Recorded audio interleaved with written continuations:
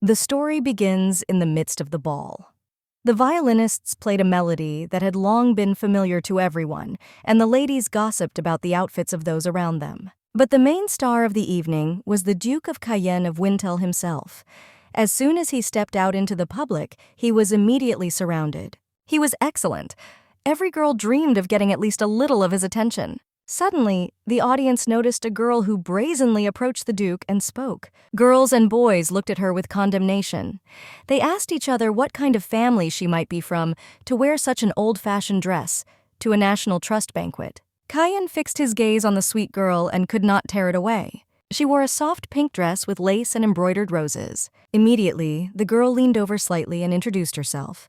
Her name was Atisha Hines from the Viscountcy of Hines. She turned to his lordship and said that he probably had not heard of them since they were half Westerners. The man thought about it. Cayenne of Wintel said he knows this young lady Hines. The Duke asked what she wanted to discuss with him, but the girl only lowered her eyes in response. Lady Hines apologized and asked if they could talk on the balcony. A crowd of people looked at them in surprise and sighed displeasedly. The girl explained that this was simply not something worth talking about here. They both stood on the guarantee near the luxurious garden of the Duke's family. Atisha Hines stood and still didn't know how to start a conversation. She was afraid to hear a refusal. They stood there for so long until her lips trembled and tears flowed from her eyes. Unexpectedly for the Duke, the girl said that she might die soon. An awkward silence fell between them. The only sounds you can hear are crickets and muffled music at the ball. The girl looked up and was surprised at how calm the Duke stood. Atisha asked, "Does your lordship have a mistress?" She thought he might detain her due to suspicion of ulterior motives. But she has no other choice. The girl said that she knows that your lordship has a secret child. The guy was shocked by her words and with fear in his eyes told her to continue. She apologized and said that she knew it was unexpected, but she had to finish it before her sister arrived. The lady turned away and asked, "Does your ladyship need a false bride?" "A bride who will fill the empty space." The man thought about her words. Atisha Hines, after some hesitation, said that she could fill it, like the air that disappears as soon as the time comes for your lordship and his secret mistress. The girl continued that he needed a person who would not create problems. She will live as if she does not exist and quietly leave. After her death, no one will pressure him to take another girl as his wife. Cayenne of Wintel looked at her indignantly and asked why he should listen to her. He doesn't enjoy playing with people's lives. The man turned around and was ready to leave for the ball, but then the girl asked him, "Has your lordship heard any rumors that the Duke treasures his secret mistress?" Lady Hines added that even if you marry a duke, you will receive the title of duchess, but not a wife. All the ladies in the capital know about this. The girl screamed, "Isn't this the same as playing in people's lives?" The Duke turned around and said that these are aristocratic marriages. Atisha replied that he knows, and that is why she is offering it to him. She will die soon anyway. The girl drooped and looked down at the floor. The lady said that your ladyship does not need to waste your nerves on her. All he has to do is marry her before he dies, even for a year. From her father, stepmother, and older sister, she wants to escape the Hines family. She wants to spend the rest of her life in comfort, not in a family where everyone hates her. Atisha Hines bent low and began to beg the Duke to take her as his wife. "Take her with you, north." Cayenne thought about her words. The man asked, "Is it true that she is terminally ill?" The girl confirmed and said that she was at the 3rd stage of the disease. She still stood leaning towards the Duke. Cayenne of Wintel thought about his decision. Atisha Hines thought he probably found it strange that a girl he didn't even know was asking him for something like that so suddenly. She closed her eyes and confirmed that she had no regrets. Unexpectedly, the Duke called her name. The girl raised her head a little. The man said she was right. His family is pressuring him to get married. But he would never want a wife, and therefore he paused for a moment. Cayenne doesn't think her proposal is bad. The girl raised her head at him in surprise. The guy continued that feelings are of no use for a contractual marriage agreed upon by both parties. Atisha had tears in her eyes. She didn't believe he agreed. The Duke took a ring from his pocket and asked her to give him her hand. She raised her hand and the man placed a diamond ring on her ring finger. It sparkled from the light of the moon and was so beautiful that the girl could not look away. The girl thought it was a ring with the sign of the Duke of Wintel. It itself perfectly adjusted to her. She thanked his lordship for such a wonderful gift and for agreeing to the contract. Atisha Hines will make sure he doesn't regret their marriage. The night after the ball, another quarrel occurred at the Hines estate. Atisha Hines decided to tell her family she was sick, but venturing forward proved too difficult.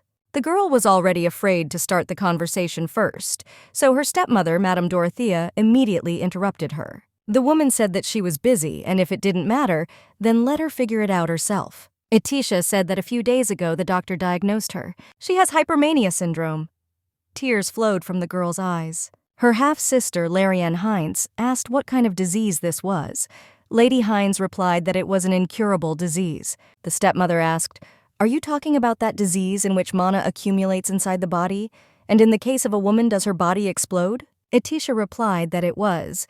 The doctor told her that she was already in the 3rd stage and that she only had a year to live. The girl cried loudly, "What should she do about it now?" Suddenly, Madame Dorothea shouted that she should make every effort for her 20th birthday. The girl looked up at her questioningly.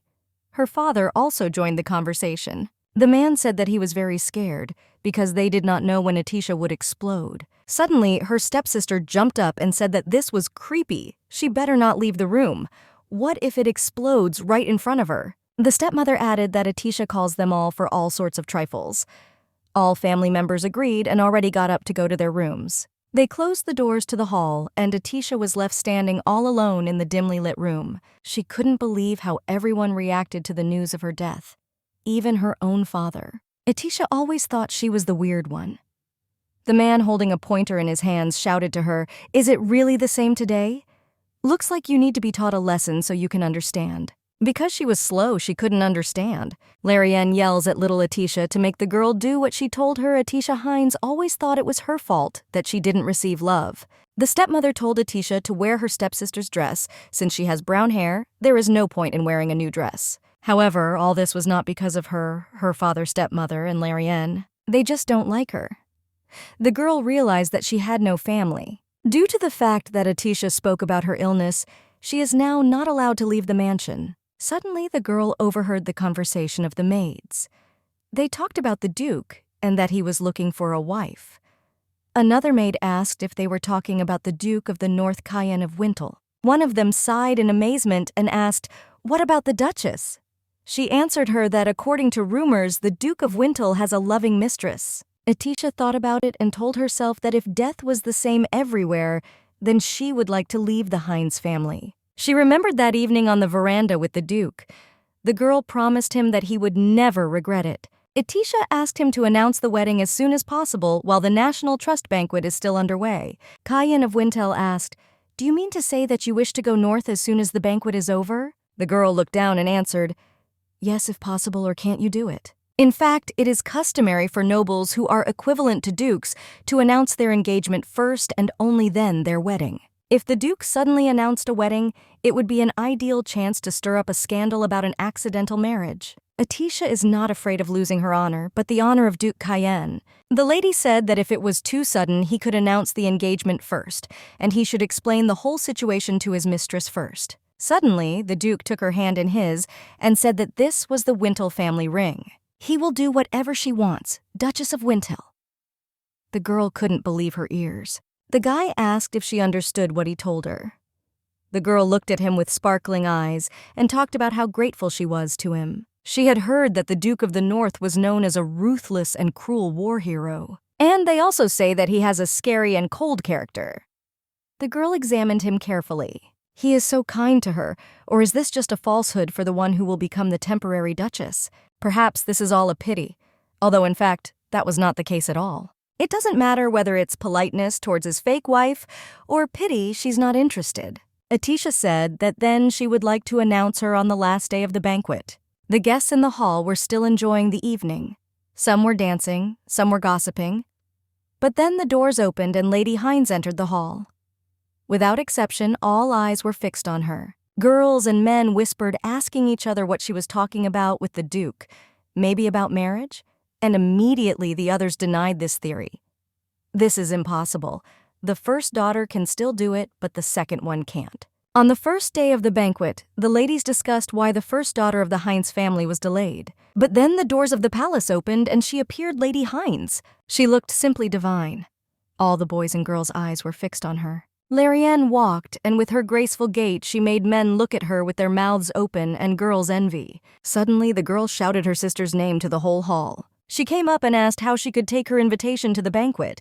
She's the reason she's late? It's only the first day, what is she going to do about it? Atisha replied that she came with an invitation with their last name written on it. She didn't take it. Larianne Hines came very close to her and loudly said that everything that belongs to the Hines family is hers. She squeezed her sister's hands tightly, causing her to start crying and screaming for her to let her go. Larianne Hines quietly told her, "Atisha, you are also Hines, therefore you are mine. Didn't I tell you not to leave your room? Why did you, who had never been interested in such banquets, come here?" She squeezed her head tightly, and Atisha fought back her tears. Larianne continued to say that she bought her a toy every day so that she would not get bored and even sang songs to her all because she didn't give her the doll. Atisha remembered one moment from her childhood. Larianne told her to look in the mirror. She dressed her up and asked if she thought it was pretty cute. The girl could not take her eyes off herself. Atisha confirmed and asked if she could show it to Mom and Dad. Larianne rudely asked why. Satisfied, Atisha replied, "Because you made me beautiful. It won't be good if—" Before she could finish speaking, she heard the sound of sharp scissors clicking in her sister's hands. Her beautiful locks of hair were now lying on the floor. Larianne, standing with scissors in her hands, asked if she still wanted to show herself to others. Atisha, with tears in her eyes, asked her not to say such a thing. Larianne Hines came very close to her and smiled and said, "You are my doll." The newspapers were filled with loud headlines about one of the Hines family sisters. Hines burned the Countess's tea table. By tearing up the painting, Larianne Hines has destroyed another asset of the Crown Prince. Larianne is a bad person. To what extent, Atisha did not even know. If Larianne likes something, she gets it always. If she didn't like something, she would tear it apart. At first, everyone condemned Larianne for her actions, but then the girls laughed and said that this is Miss Larianne, this is in her repertoire. They couldn't wait to see what Miss Larianne would do next. Larianne receives love no matter what she does. She is so beautiful, but she makes Atisha sick more than anyone else. Larianne leaned over and quietly told Atisha that she was her doll, only her. Therefore, the girl took a bucket of cold water and doused her younger sister, adding that this is why other people will never see her. The drenched Atisha sat with her eyes downcast, unable to defend herself. She threw away the memories, and now they were again standing in the middle of the hall.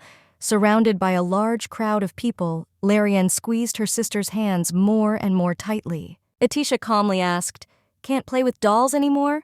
I don't even know when this might happen, Scary." Miss Larianne flew into a rage at this question. She shouted to the whole hall that this is exactly what is scary. The girl ordered her to quickly return back to the mansion. Stay at home and don't come back. Usually when this happens, she can only listen to Sister Larianne because Atisha Hines is obedient. She is timid and weak. She cannot even squeak. But not at this time. Atisha broke away from her sister's arms and screamed that she didn't want to. She's not going back. The girl said that she would stay at the banquet. If Larianne doesn't want to see her, then let her go home. Larianne was very surprised by this answer. Atisha continued speaking. "Can't you hear me? I said you should go home. And not only today, but until the National Fun Banquet ends, Atisha will come here every day.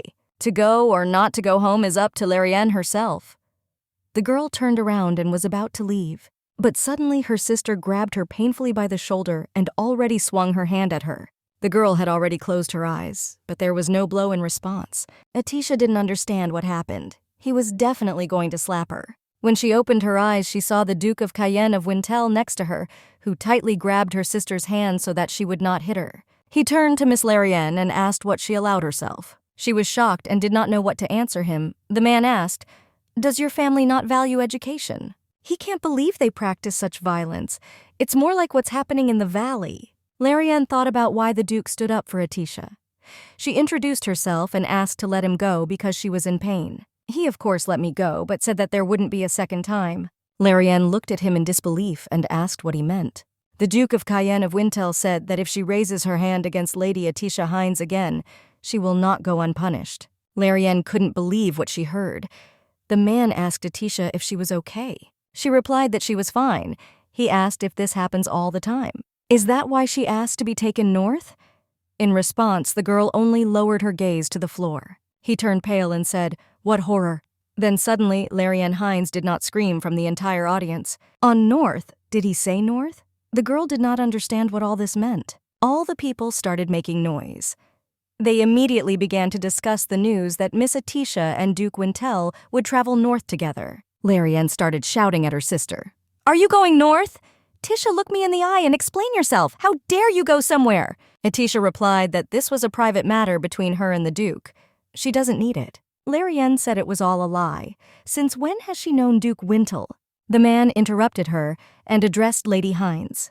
Miss Larianne responded immediately. He said, "Lady Hines, let's forget about this." Atisha couldn't believe it. She doesn't think that Duke Cayenne won't marry her a lady from a family who shows herself this way. Cayenne said that instead of the last day of the banquet, he will announce right now. Atisha asked again. Duke Cayenne of Wintel said, "I announce our marriage." Larianne Hines was furious. She couldn't believe what the man said. The Duke took Atisha's hand and raised it up thereby, showing everyone her ring on her finger. The guy said that Lady Atisha Hines would become his wife and take on the surname Wintel.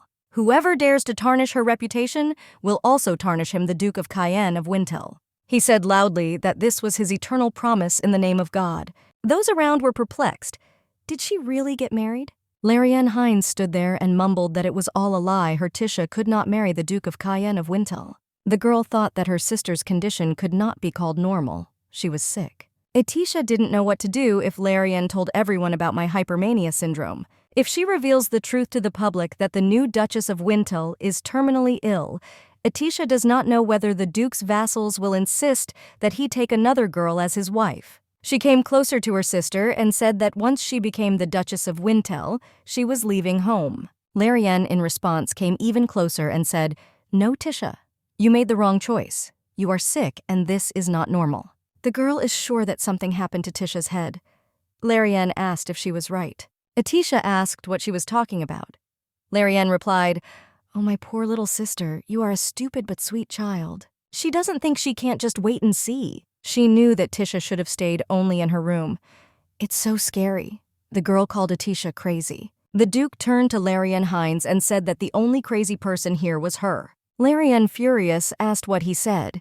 The man told her that Miss Atisha had clearly said that she would become the Duchess of Wintel. He added that to tarnish the reputation of Atisha is to tarnish the reputation of the Duke of Cayenne of Wintel. The Duke shouted at her to leave and pointed at the door. She shouted that this couldn't be. The Duke raised his tone and once again said to get out of sight. He added that she would think about her behavior in the mansion until the banquet was over, and until he and his future wife, Miss Atisha, returned to the north. The man said that he did not even want to see her and again told her to leave. Larianne came to her senses and started talking to Tisha in a sweet voice and asking them to return to the mansion together. She suddenly said that this time they would play with dolls together. Atisha Hines shrank and turned pale. The Duke took notice of this and said that she did not look well. The girl turned her attention from her sister and after asking again, looked at the Duke with frightened eyes. Cayenne said that it was better for her to rest and gave her his hand, waiting for her to choose. The girl put her hand on his, and together they left the main hall, leaving Larianne. All around, one could hear ridicule of Larianne and bewilderment at the Duke's decision. Larianne Hines was left standing alone in the middle of the hall. All she could do then was clench her teeth in fists. Atisha sat in a well-lit room and thought about what had happened. Who would have thought that her wedding would be announced in a day? The sister will definitely tell their parents everything, and there are 2 days left before the end of the banquet. The girl was very afraid that her father would take that whip again. Cayenne approached her and asked if she was okay. The girl was even afraid to look at him. She said that she was too angry with her sister and may have gotten him into big trouble. The man replied that when she returned to the ballroom, everyone would forget about what happened, blessing them. He hoped she understood that the girl looked down and asked if he was telling the truth. The Duke added that although he was a little rude, Miss Hines asked why. He replied that he was in a hurry to announce their wedding. The girl immediately began to deny. She said it wasn't rude. The Duke helped her a lot. Atisha smiled. The man thought about her words about helping her.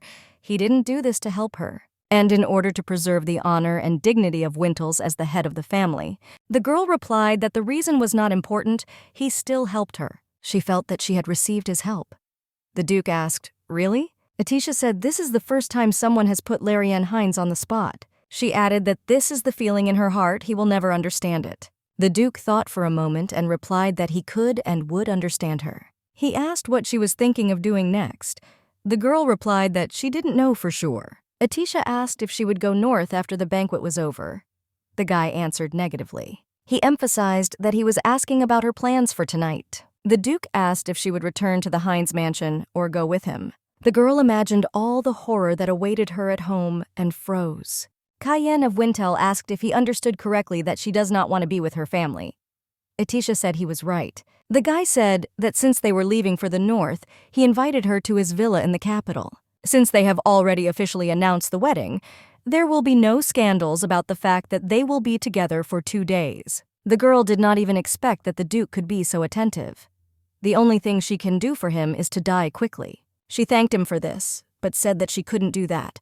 Cayenne said that she is his partner. He suggests this to her because he is worried that she might get hurt after being at the Hines mansion. Atisha was shocked. No one ever worried about her.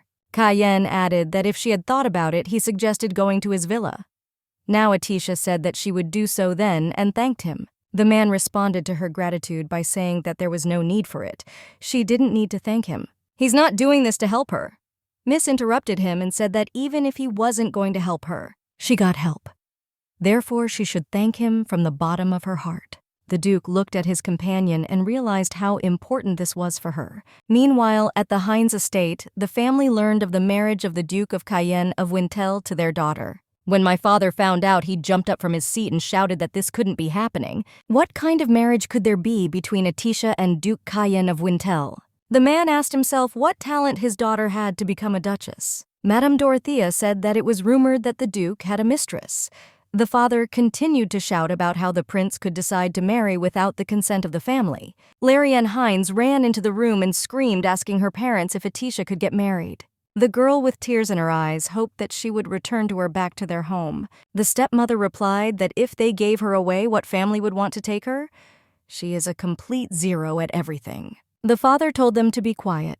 He himself became thoughtful and began to stroke his mustache. He thought and firmly said that they should not interfere with their wedding. If she marries the Duke of Wintel, they will have connections. They will be able to expand their business to the very north, and they will even build new tracks there. Larianne was categorically against this and therefore shouted the word "dad" to the entire palace. He told her to calm down and added that this was a unique opportunity. Larianne continued to shout that Tisha would die soon because she had hypermania syndrome.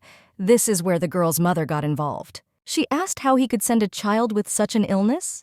What if something happens, for example, at a banquet? What next? The father replied that this meant they needed to send her north as soon as possible. They both looked at him in surprise, and the daughter asked again. The man replied that if they were in time, the incident would happen in the north, and they will just pretend that they knew nothing about her illness. Dorothea replied that it was a great plan. The person who diagnosed Atisha syndrome is their family doctor. If they shut his mouth, then there will be nothing to worry about. The father said they had little time left before Atisha died. They must reach an agreement with the Wintel family. They organize everything. Larianne suddenly screamed that she didn't want it that way. She doesn't want Atisha to become Wintel. The girl wants Tisha to be locked in the mansion. She began to persuade her mother to do this. She in turn asked her husband what he would do with the dowry. If she marries the Duke, they will have to pay a huge amount as dowry. The father smiled and said that he had already decided everything. He calculated everything.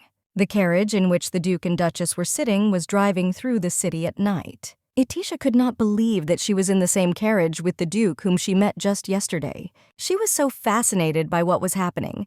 For the first time in a long time, she was free. She looked at her future husband and admired him. He looked thoughtful, and the thought ran through her mind that he really was handsome. Duke Cayenne is often considered the second most handsome man in the empire, which Atisha thought was wrong. Majesty the Emperor must always come first. For her personally, the Duke is the most handsome. The Duke and His Majesty the Emperor had been close friends since their youth, as His Majesty had grown up in the north, rather than in the capital when he was still a prince. Besides, they fought together. Atisha was thinking about whether beautiful people are always close. She was distracted from her thoughts by the voice of Duke Cayenne. He called her name, addressing her. The girl wondered if she was really staring at him so obviously. The man asked her if she could handle the cold well because it was very cold in the north. The Duke said that of course she knew that, but this was not a very good place for the sick. The girl replied that she couldn't stand the cold, but she could handle anything, so he shouldn't worry. Especially when traveling north, she would not be a burden to him. Cayenne said that since they were going north, it would be difficult to meet people in the capital again. He asked if she had a close friend whom she would like to contact.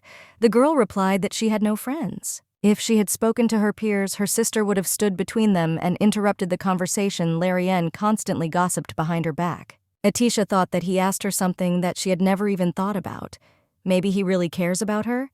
He warns her in advance that she will not like it in the north and will want to leave. At the time of the marriage announcement, Atisha did not think of running away, although Cayenne asked if he could ask her one last question.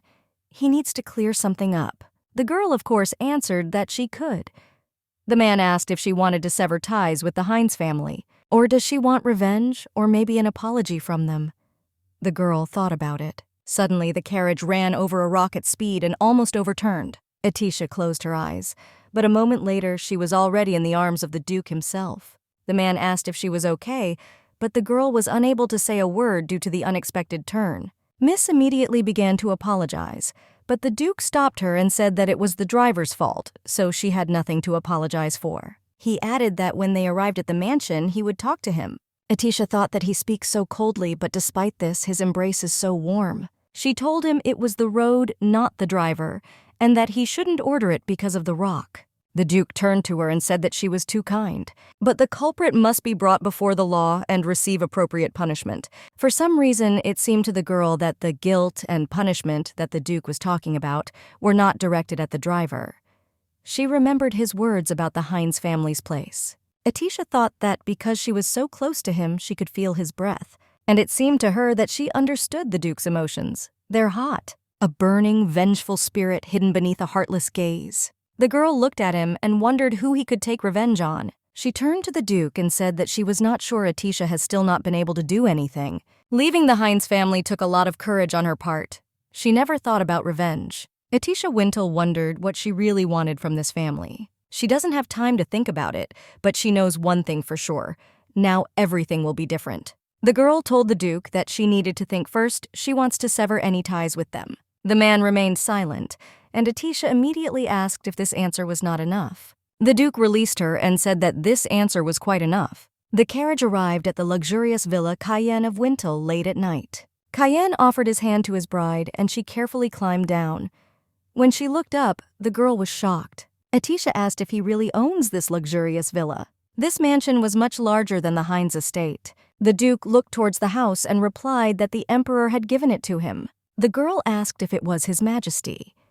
The man added that the Emperor gave him a house so that he could visit the capital more often. Atisha fell in love and said that of course such a mansion should not be left empty. The Duke remarked that Miss Atisha seemed to like the villa. The girl replied that of course it was so. Atisha Hines entered the huge house where she was already greeted by servants. Cayenne of Wintle said that if she liked the villa so much, she could have it. No, pick it up. The girl looked at him with a shocked look, not believing what he said. She asked again, "Is the Duke really giving her such a huge mansion that the Emperor gave him?" The man replied that he did not need this mansion, but he could not simply get rid of the gift from His Majesty. He added that wouldn't a gift to his future Duchess be reason enough? Atisha realized that it was a wedding gift. It's probably okay for the Duke to give the mansion as a gift, but it will still go back to the Duke when she dies. The man said that he would give the ownership documents tomorrow.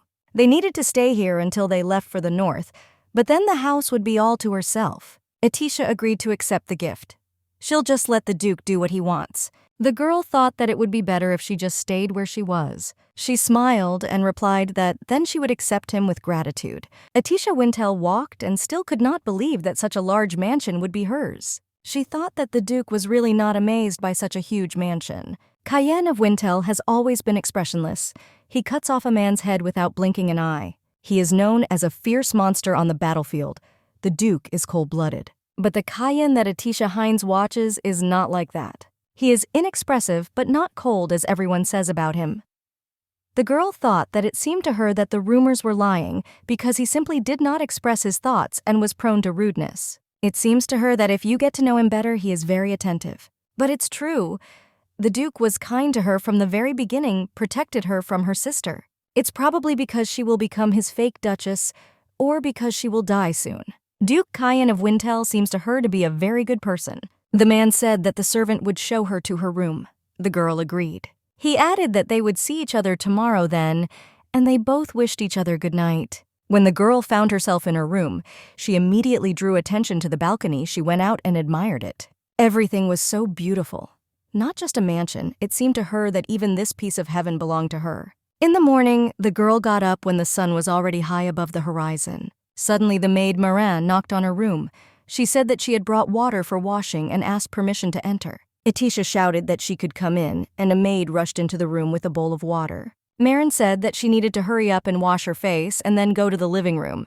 Atisha asked what happened there. The maid replied that the Duke had called the designers the most famous clothing designer in the capital, jewelry designer and shoe designer. The girl added that they are all waiting for Miss Atisha. Tisha was at a loss. Atisha walked along the corridor, and when she came to the right doors, she looked into them. 3 beautifully dressed people were sitting in the room. Fashion designer, Vivian, the jeweler is Lucy, and the shoemaker is Nigel. The girl thought about the fact that these people gave Larianne many gifts. The maid asked if everything was okay. Larianne has been in the spotlight for her daily antics. She became a muse for designers. So, she constantly told Tisha to do her bidding. She ordered her to go to Vivian and pick up her dress, which she ordered, and on the way to stop by Nigel and pick up her shoes. Vivian shouted at her that the dress was still being sewn and that she had made a mistake in the timing. The more Atisha was at her beck and call, the more she was looked down upon and ignored. They treated her like she was her sister's maid. However, her role today is to pretend to be the Duchess of Wintle. She doesn't need to feel depressed in front of them. The girl touched the door handle. When she entered the room, Atisha gave everyone a smile, saying that they had not seen each other for a long time, and asked how they were all doing. All 3 were numb. They probably haven't heard the news about the wedding. Vivian and Lucy started whispering and wondering why they were here early in the morning. Lucy put forward the theory that she could be the very mistress about whom there are rumors. Atisha Wintle calmed down and realized that the news had not yet reached them. The girl turned to them and said that she had been told that all 3 of them were guests of the Duke of Cayenne. She asked them to tell about what tasks the Duke entrusted to them. All 3 fell silent, and the girl once again asked someone to tell her. No one dared to talk to her, so she decided to act. Atisha said it looks like they have nothing to say. If there is nothing to do, then she goes. Vivian shouted at her to wait a minute. She said that they had received a request from the Duke. He said he needed a dress, jewelry, and shoes for the founding banquet. They know that the Duke turned to them for them, but Tisha calmly took a cup of tea in her hand and said quietly that it looked like the Duke had prepared some surprises. All 3 looked at her questioningly and asked what she meant by that. The girl smiled at them and said that this time these things were ordered for her. Vivian couldn't believe it. The Duchess told them that she would need them that evening to attend the second day of the founding banquet. She added that since she would be wearing them, it had to be a masterpiece worthy of the Wintle name. Nigel told her that if she needed it by this evening, they simply wouldn't have time. Atisha asked that don't they all use mana to absorb it into materials. The girl looked at them confidently, saying that she was sure that they could do everything. Vivian started screaming that they couldn't use up all their mana.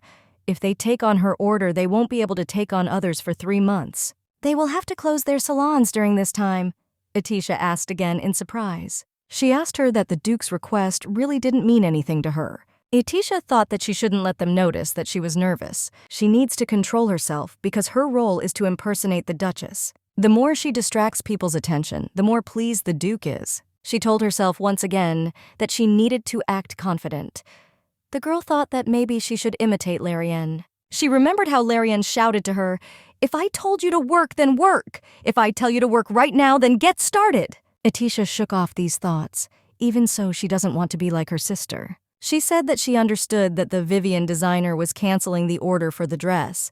She looked at Lucy and Nigel and asked what about them. Lucy looked at her and couldn't believe that she was really the Duke's mistress. What was the Duke thinking when he chose a simpleton like her? Nigel thought the same thing. He had a version that she somehow got the opportunity to temporarily live in this mansion and now she was just bluffing.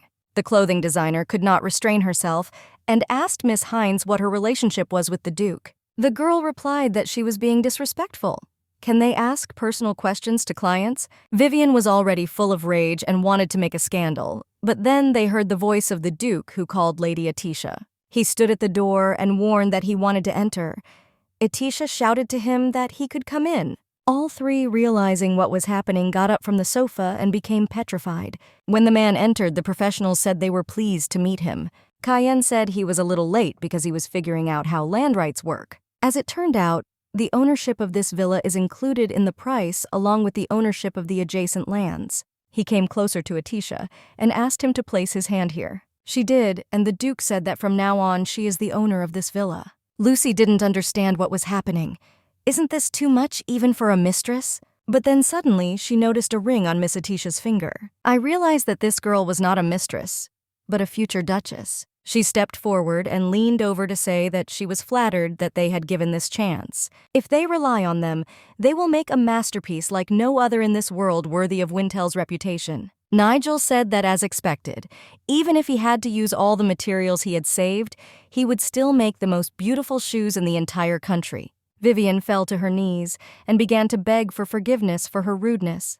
She promised to make the best dress she could possibly have. Cayenne of Wintel replied that it was all for his wife's pleasure, but for some reason, Miss Atisha doesn't look happy now. The Duke turned to his bride, saying that she did not need to listen to them. There are enough designers, they will find others and he will send them back. Atisha said to wait. No matter how they treat her, if it becomes known that these designers have lost the trust of Duke Cayenne, they will have to close their salons. The girl added that this was enough for her. She approached the Duke and said that he had spent his time selecting designers. Everything will be fine, even if he doesn't send them back. The man asked if everything was fine.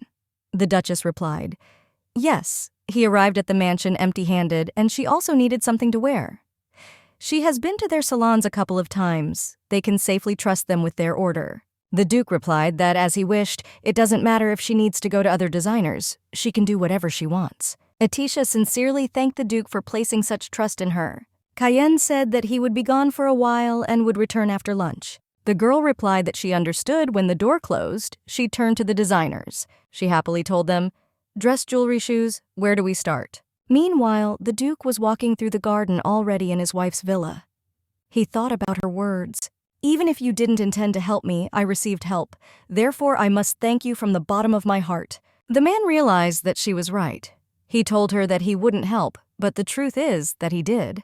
It doesn't even matter whether it's a hasty wedding announcement or an invitation to a mansion, or even calling designers. All this could be considered a normal relationship like the future duchesses of Wintel. And for everything else, apparently there is something to be grateful for. He doesn't want her to find out the meaning of this sign until the very end. If she guessed why he was helping her, he pushed those thoughts away. He promised himself that they would never use the nameplate. A carriage was already waiting for him near the mansion. When he entered it, he saw his assistant and a pile of papers nearby. Val de Pram said that he had already studied them as the Duke had ordered. She gave him the papers and said that this was an investigation report on the Hines family and Lady Atisha Hines. The Duke already knew some of the details. Remarried Viscount. Portrait of a stepsister. Atisha is weak, lonely, and an ordinary girl. The Duke asked about the 3 designers he had invited and what their relationship was with Lady Atisha. The assistant replied that they were all close with Larianne Hines. Every time Miss Larianne visited the salons, she used Lady Atisha as a backup porter. To deliberately mock her, she sent her several times to get orders even when they were not ready yet. There were days when she was completely kicked out of the salons. Cayenne of Wintel thought Atisha Hines' white face, pink hair. What deeply surprises the Duke is her composure. Her life was filled with contempt and abusive relationships. However, while asking her about the place, he remembered her words. What do I really want from this family? I don't have time to think about it. The Duke thought that she wanted something, but it would take time. Once she becomes the Duchess of Wintel, she will definitely make those who offended her apologize. He thought that it was also likely that she would want cruel revenge. She may want to strip Hines of his title, or use family members who have become commoners as servants, so that no one else dares to look down on her like before. She will have the power to make them kneel before her. However, he remembered her words about how she didn't even think about the place. How is this possible? Because she is terminally ill? Cayenne thought that if he only had a year to live, they would have very different choices. He continued to look at the report about her. If she had known about them in advance, she would have turned to other designers. The man asked to stop the carriage. Val de Pram did not understand why he needed this. He replied that he urgently needed to go to the Imperial Palace.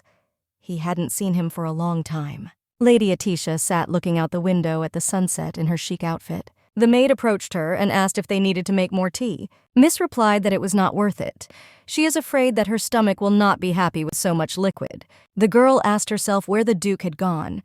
If she asks the servants, they will say they don't know. He left the mansion in the morning and still hasn't returned. They were supposed to go to a banquet together in honor of the founding of the state, but they don't even have time to prepare. A thought struck her. Maybe he went to his mistress? If the Duke came to the capital with his mistress, this leads to the conclusion why the servants do not say anything. If this is the Duke's personal life, then it does not concern her. It's just a contract marriage without any feelings. Because it was she who made such a promise. The girl did not notice how she fell asleep. She was awakened by the voice of the maid who said that the Duke had returned. She went downstairs and saw him standing and looking at the painting. She told him, "Welcome back." Cayenne apologized and said that he returned later than planned. Unexpectedly, he noticed how gorgeous she looked in her new outfit. She was all glowing. The designers did their best. The thought ran through his mind that she was very beautiful. The Duke asked if she was waiting for him. The girl replied that yes, but not for long. Atisha thanked him for giving her a new dress, jewelry, and shoes. This is the first time she has such beautiful clothes. She was in seventh heaven. Cayenne of Wintel suddenly made a surprised face. The girl did not understand what happened. He thought that she was happy. Doesn't it matter who made them? The man quickly said that it suited her very well and walked away in the other direction from her. Atisha did not understand his behavior. Didn't he like the dress? He stopped in front of the doors and said that in the north he would find her other designers. The lady said fine, but thought it looked like he really didn't like the dress. On the second day of the banquet, in honor of the founding of the state, many people came. One of the invitees said that yesterday there was some kind of turmoil, it seems. The woman told him that this happened to Lady Hines. Her daughter told her about this. Another man said that if he had known about this, he would have come yesterday. Aristocrats who missed that performance the day before were asking the same question. Will Miss Atisha become the Duchess of Wintel? Isn't the Duke as impregnable as a flower on the peak of a snowy mountain? The man replied that he had made a good point. You won't even dare to climb there, and even if you do, you won't survive. The woman said that Atisha is spineless, weak, and not even beautiful. She is the most insignificant girl in the whole world, Atisha Hines. Suddenly, Atisha Hines's father burst into the banquet shouting about a wonderful evening. All the guests were shocked by his appearance. Has Viscount Hines arrived to woo his daughter? The guests looked at each other. It was clear from Larianne that she did not know his wedding and Viscount Hines. The woman decided to come up and congratulate him. She said that apparently there was a holiday planned at his house. The man said with pleasure that this is exactly how it should be. The Duke liked Atisha. One of the barons could not resist asking if he really thought that Miss Atisha would become a duchess. Atisha's father replied that it seemed the Duke fell in love with Atisha at first sight. No matter how big he is still young, the man asked. Isn't it wonderful when you're in the prime of your life? The guests couldn't believe it. The rumors were true. This ruthless Duke has fallen in love. The Viscount said that the Duke of Cayenne of Wintel treasures his daughter. They can't live without each other. He looked at this crowd of people and realized that everyone had fallen for it. The Baron asked why Miss Larianne reacted to the news like that yesterday. The father smiled and said that as they all know, his eldest daughter is a little immature. He hid the wedding from her so that she would not be jealous of her younger sister. She didn't know anything. The nobles believed him. The man thought for a moment and said that however he was worried about only one thing. The Baron asked what he could worry about when everything was already settled. The father continued to say that you see the Duke said that he would not accept a penny from the dowry. The crowd was outraged. What an unheard of thing! Will he really not take anything? The Baroness shared with her friends that the wedding announcement shocked her. She believed that the Duke often stood up for Miss Atisha. Other invitees discussed how the Wintels didn't seem to care about a few pennies in dowry. Their discussion was interrupted by the Viscount, who asked whether this is what love is. The man said that the Duke probably thought that money couldn't buy love. The guests were shocked. Are we really talking about that same Duke? Merciless monster Grand Duke of the North. Wherever his sword is, there are corpses in that place. This Duke of Wintel? Viscount Hines looked at the faces of these surprised people and was delighted. Everything turns out the way he didn't want it to. The man continued to say that even in this case, they would not ruin the honor of the Hines family. How can they not give even the slightest dowry? But the Duke is too stubborn. People began to calm him down and say that if Duke Cayenne says so, what can he do? He doesn't want to offend the Duke by throwing something out. The Viscount was already thanking God. Now the Duke will not be able to do anything contrary to public opinion. He may say that instead of a dowry, he will have to invest the money in the trading business of the North. He called it a brilliant plan. He was brought back from his dreams to reality by the news that Duke Cayenne Wintel and Lady Atisha Hines had arrived. The most insignificant wildflower the aristocracy had ever known had arrived. Now the gem that shines brightest in this room. The man told the others to watch the mana flow through her clothes and jewelry. The woman replied that if he spent so much on Miss Atisha, then it was true that he fell in love with her. Viscount Hines, seeing this couple with outstretched arms, moved towards them. He said how glad he is that Atisha is finally getting married, but on the other hand, he is sad. It's hard to let go of the daughter he raised. He asked her if this was so and asked her to come up to Daddy and hug him. Her father was always strict towards Atisha, and in general he was a terrible father and never smiled at her. He showed his tender side only to her sister Larianne. The girl was sure that when he found out about her wedding, he would take her back to the Hines mansion and the band. Will such a father really celebrate her wedding? She rejected these thoughts. You can't fool her. Her father never loved her. Atisha pushed him away. The girl said he looked too happy for him. The Viscount asked what she was saying.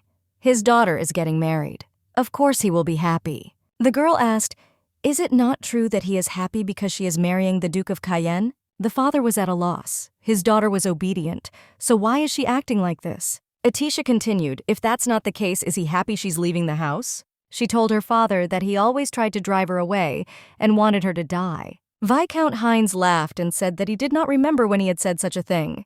He asked not to joke. The man asked why she upset her father so much. She better come over and hug him. Atisha is sad. Her father grabbed her shoulder and pulled her towards him. He asked if she was afraid that it would become known that she had hypermania syndrome. If the truth comes out, what will happen to her wedding? Atisha Hines did not expect such a threat from her father. The Viscount continued to say that the Duke would then have big problems. The girl wanted to answer him. He interrupted her. The man said he didn't want this. He wants to maintain a close relationship with the Wintel's family. Therefore, Atisha must stop rioting in vain.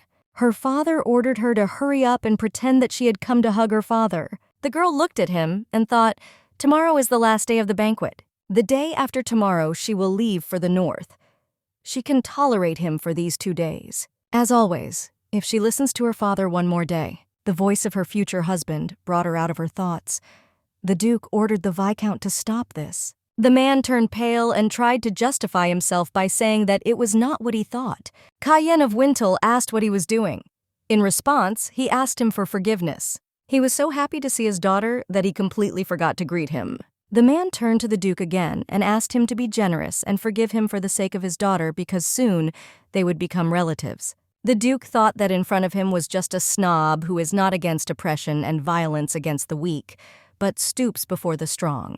He turned to Atisha, but the Viscount interrupted him saying that he and his daughter urgently needed to talk about the wedding, or rather, about the dowry.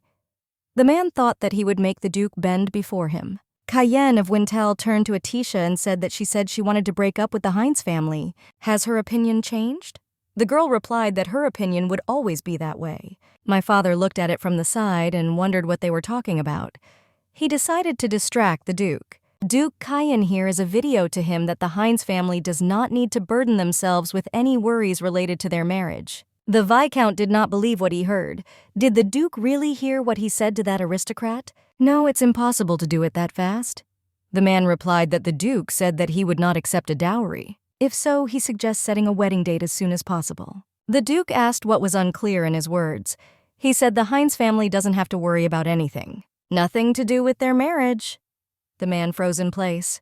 Cayenne of Wintel continued that Lady Atisha will renounce the Hines surname as of today. This means that she will have nothing to do with the Hines family. The Viscount asked him how to understand this.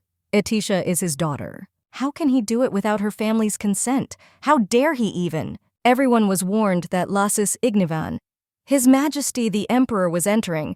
The man came in and noted that it was very noisy and almost everyone was drunk. He approached Cayenne, saying that he was the last one to know about his wedding, and asked how it all started. He asked His Majesty to do what he had to do first. Lassus replied that he would not leave him alone. Cayenne asked him to be quiet. Atisha's father intervened in their conversation, telling Your Majesty that he was honored to meet him and introducing himself as a viscount from the Hines family. Lassus Ignavan answered him that he was asking for forgiveness. He is the same person who dared to exclude his daughter from the family. The viscount asked what he was talking about. The emperor laughed and said that it seemed Duke Cayenne had not told him yet. The Duke entrusted ownership of part of the capital territory to Atisha Hines. And as he knows the owners of capital territories are given a title, Atisha's father asked again. Lysis asked if he needed to explain in more detail. It is not the aristocrats who inherit family lands who receive a new surname, but those who inherit new territory. All this means is that Miss Atisha is no longer part of the Hines family. The emperor smiled at Cayenne and showed a thumbs up. Duke Cayenne came closer to the viscount and turned to him and asked if he now understood. He, in turn, could not even move from the unexpected news. The Duke took out a tablet from his pocket and said that Lady Atisha was now a baroness. He continued that this is why she is no longer part of the Hines family. Therefore, there is no need to treat Wintells as relatives of the Hines family. The man came even closer to Viscount Hines and told him to try not to have vain hopes. Just because Atisha and he are getting married, and let him not even think of threatening him. The Viscount did not know what to do next. Now the Duke himself is standing in front of him, who wants him to get out of here. Behind him stands the Emperor, who dared to remove Atisha from his family. There were groups of people around them who were shocked by what was happening. The man did not know at all what to do in this situation, but then it dawned on him. He rushed to Atisha and asked if she had arranged all this. What did she say to the Duke and His Majesty? The man fell at the feet of the Duke and said that this was not what he thought. He doesn't know what his daughter said about the Hines family, but it's not true. In his family, their daughters were raised quite strictly. Not all parents who have daughters are like them. This is simply so that his daughters become worthy women. The Viscount rushed to Atisha again. He started shouting that they fed and raised her, and she repaid them in this way. I just abandoned my parents.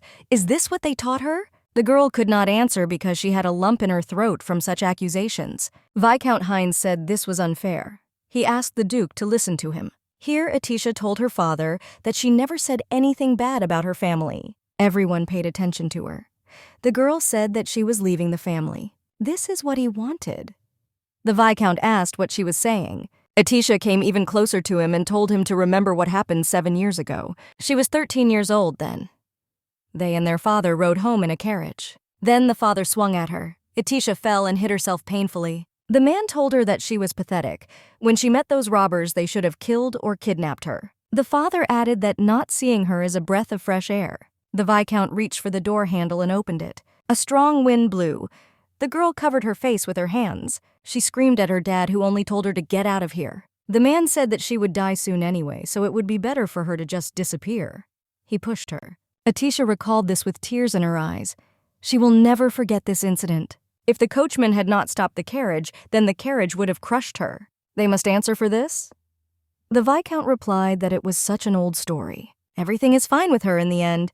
Their family doctor helped her so that there were no scars left. The girl began to deny it. She has a scar from that day. It didn't matter how much it hurt her. She should have left home already then. She was a few years late, but now she's definitely leaving.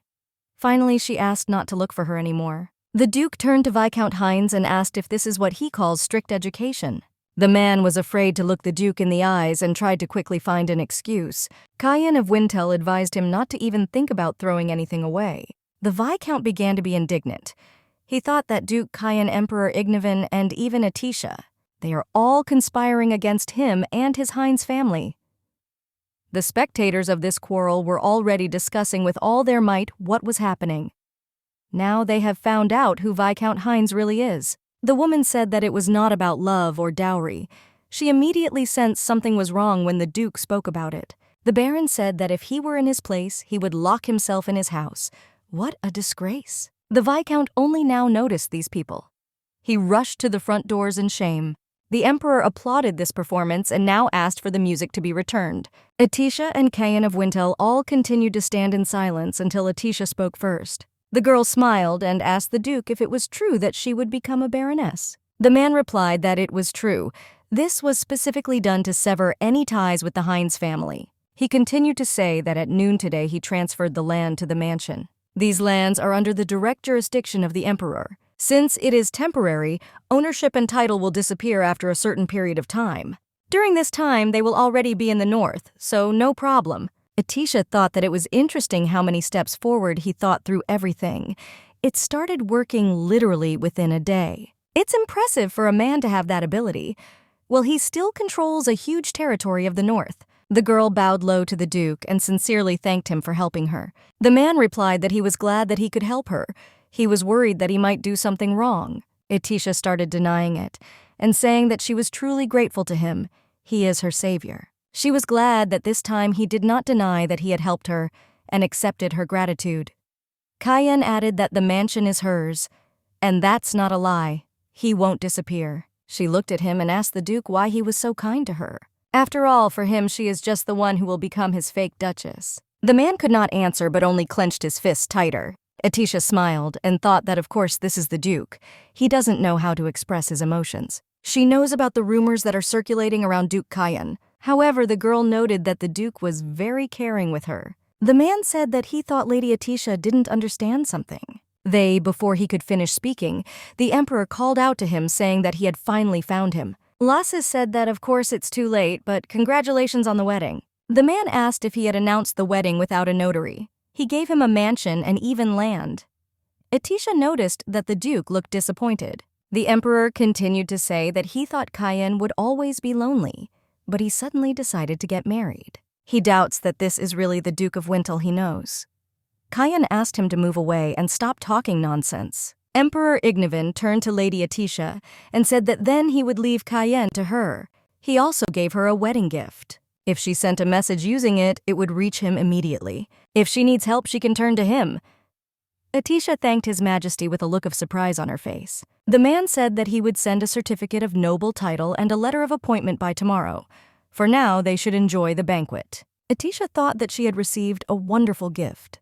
If she carries it in her hands, she may lose it, so the girl put it around her neck. The Duke walked up to her and looked at this pendant. He thought about it. The man said that they would probably have to return to the mansion early and asked if she would mind. The girl agreed with the proposal and said that she was also a little tired. Cayenne asked if she felt bad. Atisha replied that no, just in connection with recent events. In the end, the girl replied that she was just a little tired. She thought that it had indeed been a long day for her, and tomorrow will be the last day of the banquet, and after it she will leave for the north. Duke Cayenne shook hands with her, and they left the banquet together for their mansion. At this time at the Hines mansion, an angry Viscount Hines returned home. Larianne Hines ran up to him and asked how it went. "Where is Atisha? Did he bring her home?" His wife asked if he had talked about the dowry with the Duke of Cayenne. The man shouted at them to shut up. Madame Dorothea began to be indignant and asked why he was shouting at them. The Viscount kicked the chair and shouted that everything had not gone the way he wanted. He slapped himself in the face and said it was the end. They are doomed. The daughter asked again, doomed? What does he mean? The man sat on the sofa, saying that he has no idea how Atisha seduced this Duke of Cayenne, but she received land and title. She completely severed ties with the Hines family. Larianne was shocked. What do you mean Atisha's no longer Hines? She said that he would take her north on business or something like that. Atisha must return home. She's just her doll. 10 years ago, she first met Atisha when their parents introduced them. Atisha was shy and looked out behind her father in surprise. Later, as Larianne was walking down the corridor, she heard footsteps behind her. She turned around and saw Atisha, then she shouted what she needed. Atisha turned to her sister Lari and said that she thinks that she is the most beautiful in the whole world. She's truly incredible. Everyone loves her, and Atisha loves her very much too. Larianne thought it was so cute. She hopes to always have Atisha on her leash. Will not go out, meet friends, or fall in love with someone. She will be with her forever. She will forever be hers alone. When Atisha suddenly fell ill with hypermania syndrome, she was afraid to imagine her dead body. She had no choice but to lock her in the room. But now, is she leaving forever? Will she never see her again? The girl decided to act. She will return it. Larianne Hines ordered the carriage to be prepared. Madame Dorothea tried to stop her, but the girl did not hear her. All she thought was that she should have done this from the very beginning. Only she can bring her back. She will never let her go again, even if she has to die next to her. Her mother shouted at her that she couldn't do it. The Duke ordered her to stay here if she doesn't comply. Larianne asked her if she thought it was important now. She screamed to let her go. Dorothea ordered to be taken to her room. Larianne Hines tried her best to free herself. The mother just shouted to the servants to be more careful. If she gets hurt, they will be punished. She ordered to lock her up until the end of the banquet and make sure that she did not leave. In the evening, the Duke and a young lady arrived at the mansion. All the servants were already waiting for them. Atisha approached the maid and said that she would now show her to her room. The girl followed her, but suddenly she noticed that Marin had turned in the wrong direction. The Duchess asked to stop and asked why they were going to the right because her room was on the wrong side. The maid replied that the Duchess's bedroom had only been prepared yesterday. From now on, this is her room. After all, she is their Duchess. Atisha was a little shocked because she was not yet used to this status. She blushed a little. She was pleased to hear that she was a Duchess. Cayenne of Wintel told her that if she felt uncomfortable, she could use the previous room. The girl replied that they had prepared it for her, she could not refuse. Duke Cayenne walked along the corridor to his room. Behind them came Marin and Atisha. The lady noticed this and assumed that their rooms were next to each other. They stopped near the huge doors, and the maid told Atisha that this was her room now. The girl blushed very much and did not understand why there were two doors. The Duke entered the next door. The Duchess was stunned. She looked at this door and asked Marin if this meant that the door through which Duke Cayenne entered. The girl interrupted her and said yes, this is the Duke's room. Atisha was a little worried because her room was next to the Duke's, but she's a Duchess now. She needs to get used to this already. The lady became determined and said that she wanted to come in, but when she walked in, she was delighted her room was truly spotless. Atisha thought that she was so nervous because she was right next to his room. The room is much larger than she thought. Marin gave her a quick tour of her new room. She showed me the bedroom, the wardrobe, and told me about the small study area. The girl continued that if she looked there, but Atisha interrupted her and said that she did not have to explain everything. She smiled and said that they would still leave for the north tomorrow. Atisha continued that it would be more important if the maid helped her undress. The lady had already taken off her heavy dress and began to take a hot bath. Marin asked Atisha if she would leave the pendant. She answered yes. She told her to remove her dress and jewelry. She will also keep the ring with her. The maid took the dress in her hands and wished Lady Atisha good night. Atisha enjoyed this moment. She was lying in the middle of a luxurious room in her mansion. The girl lay there and thought only that the bed was so soft and warm. It also smells good. The guest room was also comfortable, but this room gives a feeling of security. It's like being in an embrace. Atisha suddenly opened her eyes and found herself thinking about the Duke. The girl thought about what was wrong with her. Why did she think about the Duke? She couldn't believe that she liked the Duke. It cannot be. Not much time passed. As a child, she had no friends at all because of Larianne Hines. She cannot speak normally, not only with her peers, but also with other people. She didn't understand why she felt so interested in someone, although she knew practically nothing about love. But still, she thinks about the Duke. Is it because he's kind to her? Kind and soft. This is the first time she has met such a person. Atisha soon realized that this seemed to be it, the same love. Well, what if she really likes him? She received help from him and wears his family ring. He sleeps in the room opposite his. Is she becoming a real Duchess? However, she is here for the sake of the Duke's mistress, just a fake. The girl could not sleep because of her thoughts. She stood up and walked to the far side of the room. She saw a large curtain on the wall. Atisha began to think about why he was here. The thought occurred to her that perhaps this was a hidden painting. When she moved it a little, she saw the door handle. The lady didn't understand why she was here, and so she decided to open it a crack. For some reason, Atisha did not think that behind this door was the Duke's room. The Duke of Cayenne lay in his bed without any outer clothing. She felt like a complete fool when the man asked what she wanted. The girl began to apologize, saying that she did not know that the rooms were connected. Cayenne replied that this is how rooms for spouses are usually made. Atisha remembered how the maid wanted to tell her about this. The girl asked for forgiveness for the intrusion and was about to leave, but the Duke stopped her. The man said that he wanted to talk to her about something. He got up from the bed and walked closer to Atisha. She herself was at a loss and did not know where to look. The girl blushed very red when the Duke came close to her. She herself didn't understand when he managed to get so close. Atisha wanted to move back a little, but she stepped on her nightie and realized that she was falling. Cayenne of Wintel reacted instantly and grabbed her with a slight movement of his hand. She found herself in the embrace of his strong arm pressed against his hot body. The man asked if she was okay. Atisha replied that she was fine. He pulled her a little closer to him so that her feet lifted off the floor a little. The girl did not understand what was happening, but when she looked at the Duke, he looked thoughtful. When he called her name, she was already all red as a beetroot. He pressed her so hard that she was standing on her toes. Atisha pulled away from his body and looking into his eyes asked what was happening. The Duke touched the doorknob and said that her room had the same lock. If it closes, you won't be able to access it from this side, so she can be calm. Atisha thanked her, but in her mind, she didn't understand how she could think about such a thing a second ago. The Duke asked to be excused for this. Atisha didn't quite understand what he meant. A moment later, the man took the girl in his arms. The lady was very scared. Cayenne explained this action by saying that it was simply easier to check the damaged area. He carefully placed the fragile girl on his bed. Cayenne of Wintel knelt down in front of her to examine her leg. The girl was embarrassed that she saw the Duke on his knees in front of her. She thought that she must have fallen asleep and it was all a dream. Duke Cayenne turned to her and asked her to lift her dress. The girl asked again. The Duke replied that this way he could examine her ankle. It would be rude if he picked it up himself. Atisha did not believe that the Duke himself wanted to examine her. He will kneel in front of her while her skirt is pulled up.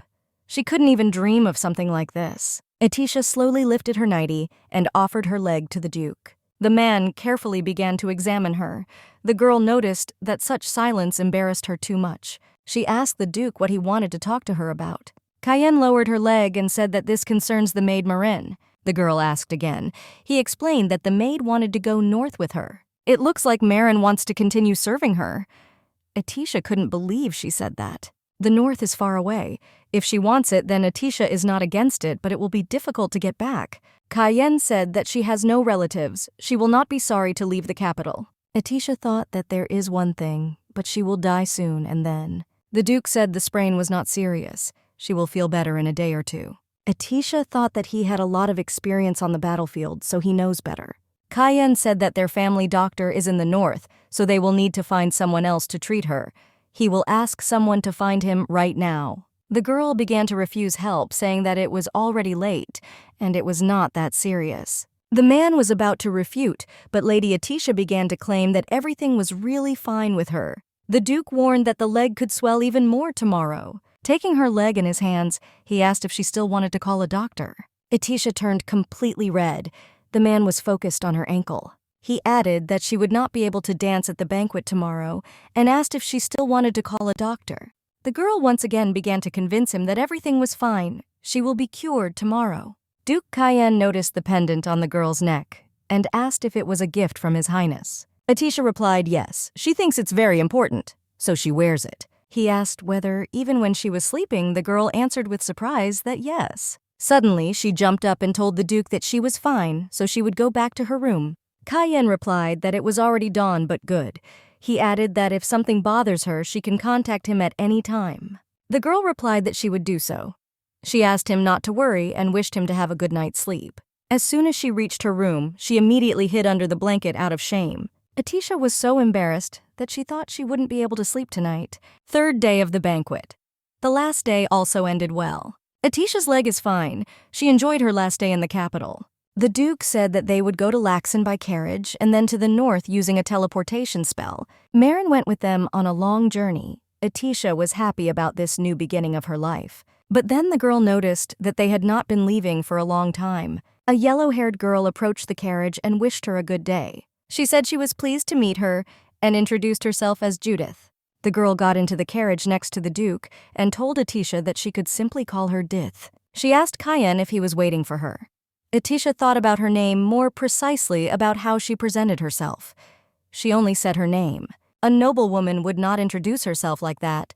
This could mean that perhaps she is a commoner. But not a single commoner would have thoughtlessly gotten into the same carriage with the Duke. If she were a maid, she would wear the appropriate outfit. Then she must be the Duke's very mistress. Atisha smiled at Dith and said she was glad to meet her. She was about to introduce herself as Atisha Hines, but she remembered the Emperor's words. He told her that she would soon become Wintel anyway, and she wouldn't need her old last name.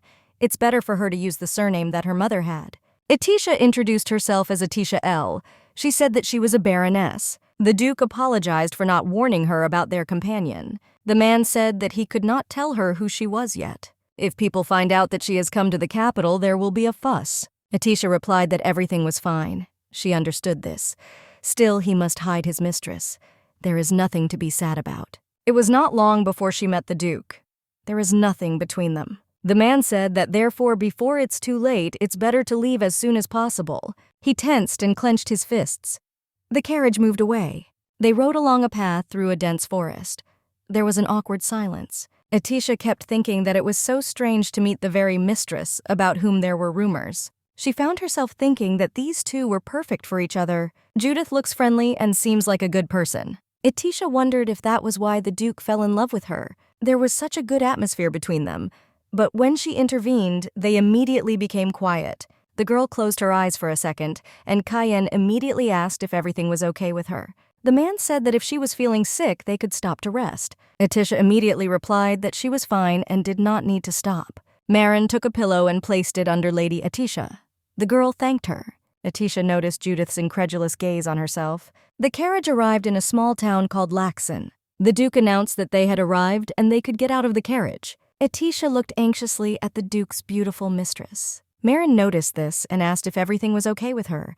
Maybe she feels bad because of such a long journey. The girl replied that everything was fine and offered her hand to the Duke.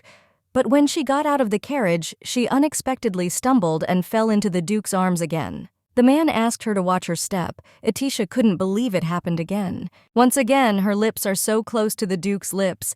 In her thoughts, she asked the Duke what he was doing. "Dith is here. She'll be angry with him."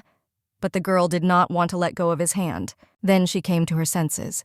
Atisha looked behind the Duke and saw a huge, glowing building. She asked if this was a teleport. Cayenne replied that it was him. His assistant approached the man and said that the teleport was ready. He added that the Duke had issues to resolve.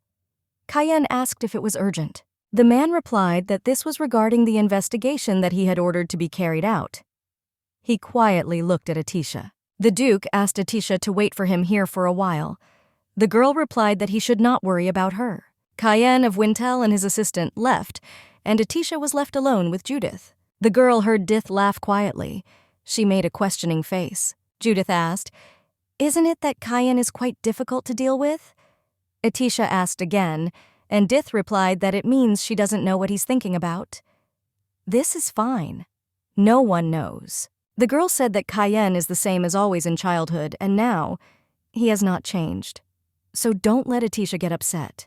Atisha wanted to object, but Judith interrupted her by saying that no one could take him away from her. After some time, the Duke returned to them and asked how long they had been waiting. The Duke's assistant said that Miss Judith could teleport with him and the maid Marine. Judith forced a smile and silently agreed with him. The man told the Duke that they would be the first. Cayenne agreed, and said that they would meet in the north. The assistant, the maid, and Miss Judith stood in the middle of the teleporter and disappeared a moment later. Atisha saw this and was delighted. She had never seen how a teleport worked before. Cayenne of Wintel said that it was their turn now and asked to go there. The Duke stopped and turned to the girl, saying that before teleporting he would like to tell her something. Atisha asked what exactly. Cayenne replied that he wanted to tell the truth about Judith. There were other people in the carriage, so he could not talk about their relationship with Judith. He needs to make sure that only a few people know about it.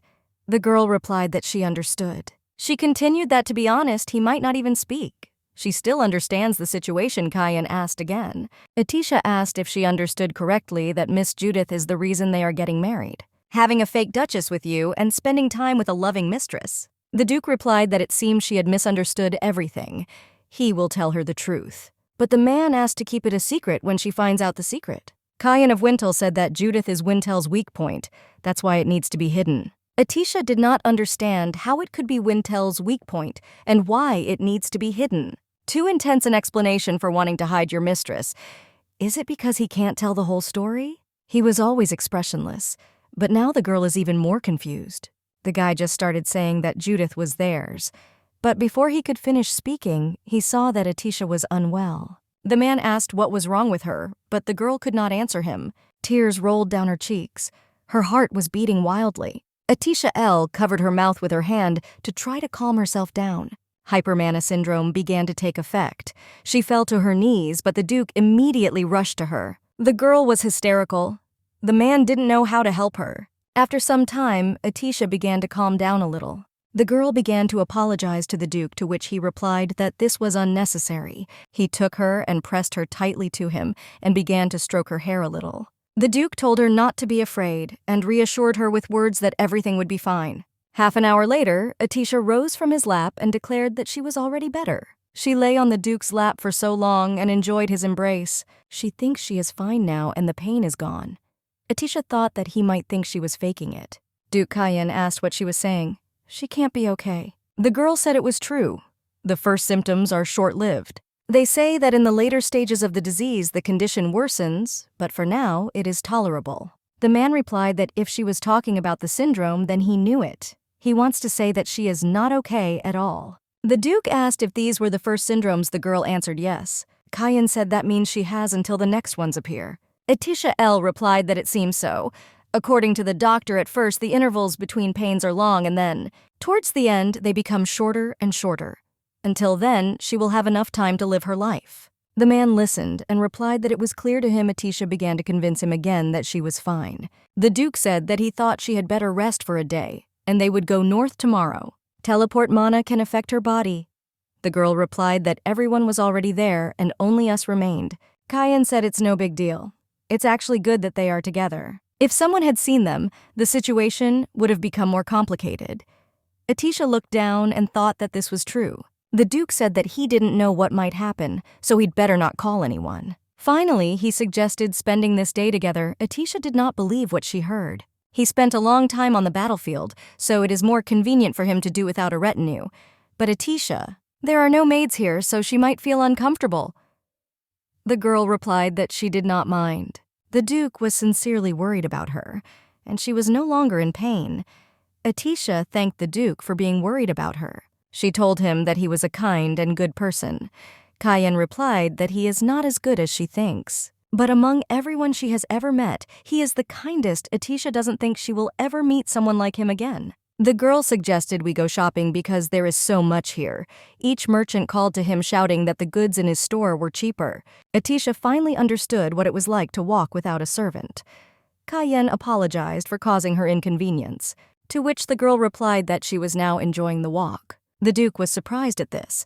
Miss added that she always wanted to experience something like this at least once. For example, walking down an unknown street to an unknown store and buying things that you have never seen. Suddenly, Cayenne of Wintle stopped. Atisha asked what happened. The guy pointed towards the nearest store and asked if she wanted to go there. Miss was beside herself with joy. The Duke said she was interested in the store from the very beginning. He offered to look into it if she wanted. The girl was very embarrassed. Did he really notice it? Cayenne added that besides this, she seems to like sweets. Atisha said that this is not the only issue. Larianne likes sweets, so they often went to similar stores. However, her parents never bought her anything. The girl became sad. The man walked towards the store and opened the door for her, inviting her. Without thinking for a long time, Atisha entered. She couldn't even dream about this. The salesman greeted them and asked if they were interested in looking at anything in particular. Atisha was absolutely delighted with such a huge display case. Duke Cayenne asked if she liked anything here. The girl asked to wait a little because there was so much going on here, and her eyes were running wild. She remembers how her father asked her if she still wanted to buy something. The man said to ask his sister for some. 1 bucket is enough. Don't let her be greedy. Atisha then looked at Larianne and asked if she would share with her. My sister started shouting that these were all hers. She chose them and let Atisha buy them for herself.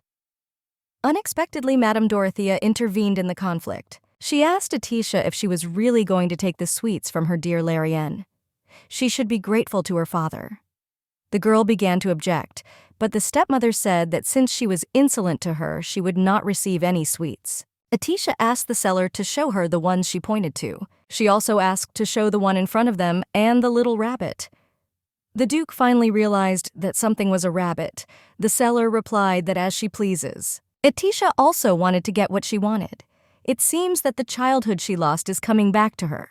The girl also asked if they had sweets that were prepared only during the foundation banquet. The seller responded by asking if she was talking about gold candies and adding that they were still in stock. Atisha was delighted and said that then she would take them too. The Duke thought for a moment. He remembered that she had recently told him that he was very kind and sweet. Previously, he lived solely for himself and achieving his goals. He didn't care about his surroundings. He didn't show useless emotions to anyone. He trampled and stepped over all the obstacles on his way. And is he a sweet and kind person? Atisha is so happy because of some sweets. If someone provided a little help, then he already considers him a good person. However, the man closed his eyes. Atisha noticed that something was wrong. The girl asked if everything was okay. In response, he asked if she had finished choosing. Atisha was very embarrassed and answered yes. She asked if she had taken too much. The Duke replied that if such an opportunity arises, they will look here again. He put a bag of coins on the table and said that there was no need for change. The seller was shocked when he opened the bag. He thanked his dear customers and told them to come back again. Atisha was so happy with her shopping. She hugged her chocolate bunny tightly. The two of them walked in the evening along crowded streets.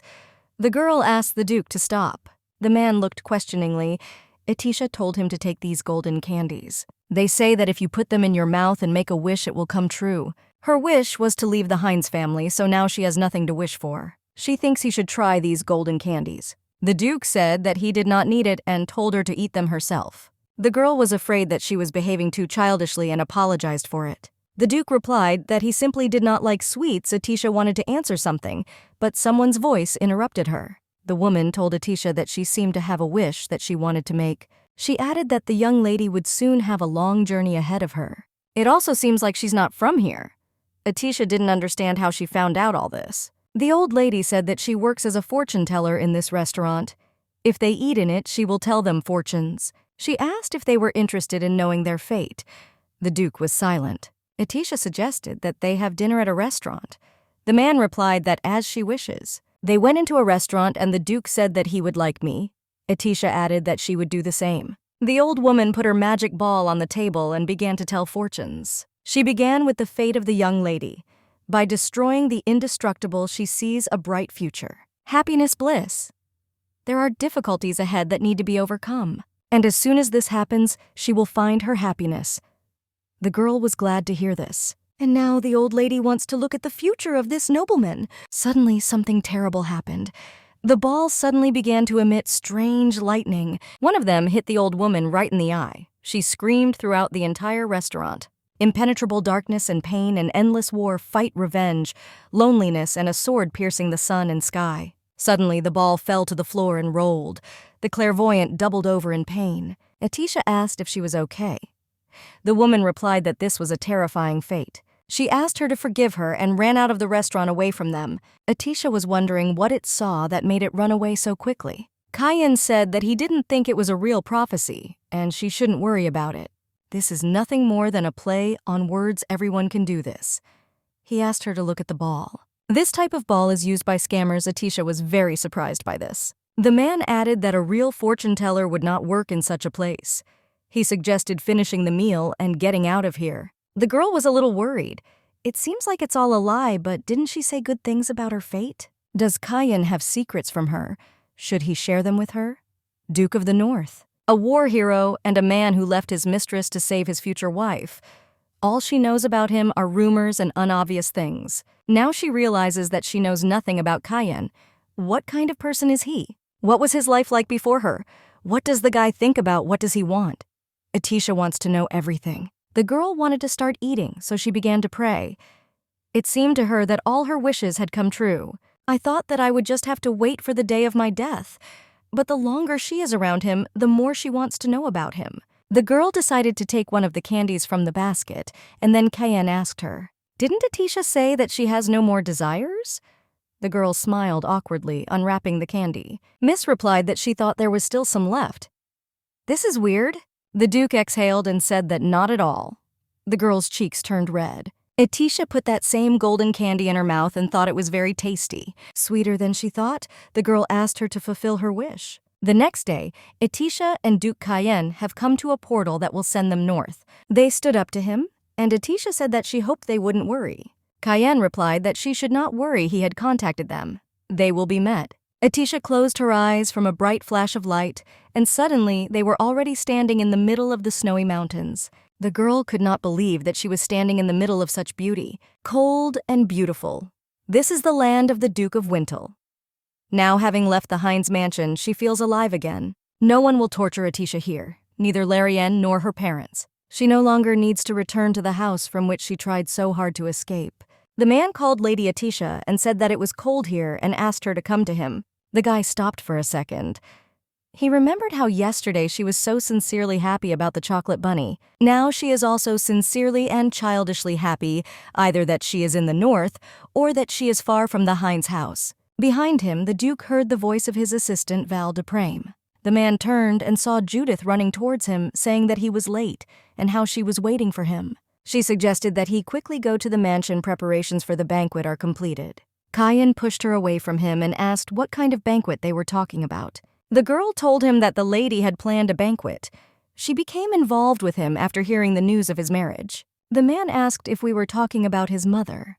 Dith added that the guests will arrive soon. Atisha L. looked at them from the side and did not believe that she felt jealous, but she soon convinced herself that she had no need to be jealous. That's right, the Duke has Dith. Everything is fine. She was originally just a fake duchess. She is happy that she was able to walk this path with him. It must be nice to know that they are waiting for him here. Is it normal that she is jealous of Judith?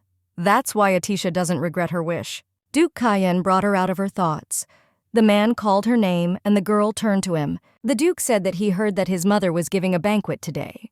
Atisha asked again. The guy replied that initially they had a day to prepare for it, but they arrived late and there was almost no time left. He added that Atisha should also attend the banquet and asked if she would mind. The girl looked down and said that she would.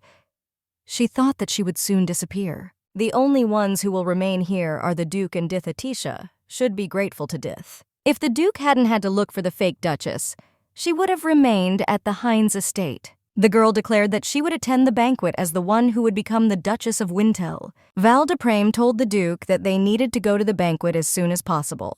Cayenne of Wintel said that it was good and asked if anything had happened while he was away. The assistant replied that he had followed all his instructions. The Duke ordered him to come to him when the banquet was over. There is a separate assignment for him. Val de Prame declined and said that as he pleased. The Duke followed to the carriage. Atisha was already excited to see the Wintel's estate. The carriage moved. They drove along a road through a dense and snowy forest. Atisha, looking out the window, thought that the view from the window was very beautiful. She turned to the Duke and asked what mountain this was. Cayenne didn't understand what she was talking about. The man looked out the window and the girl pointed to a huge mountain.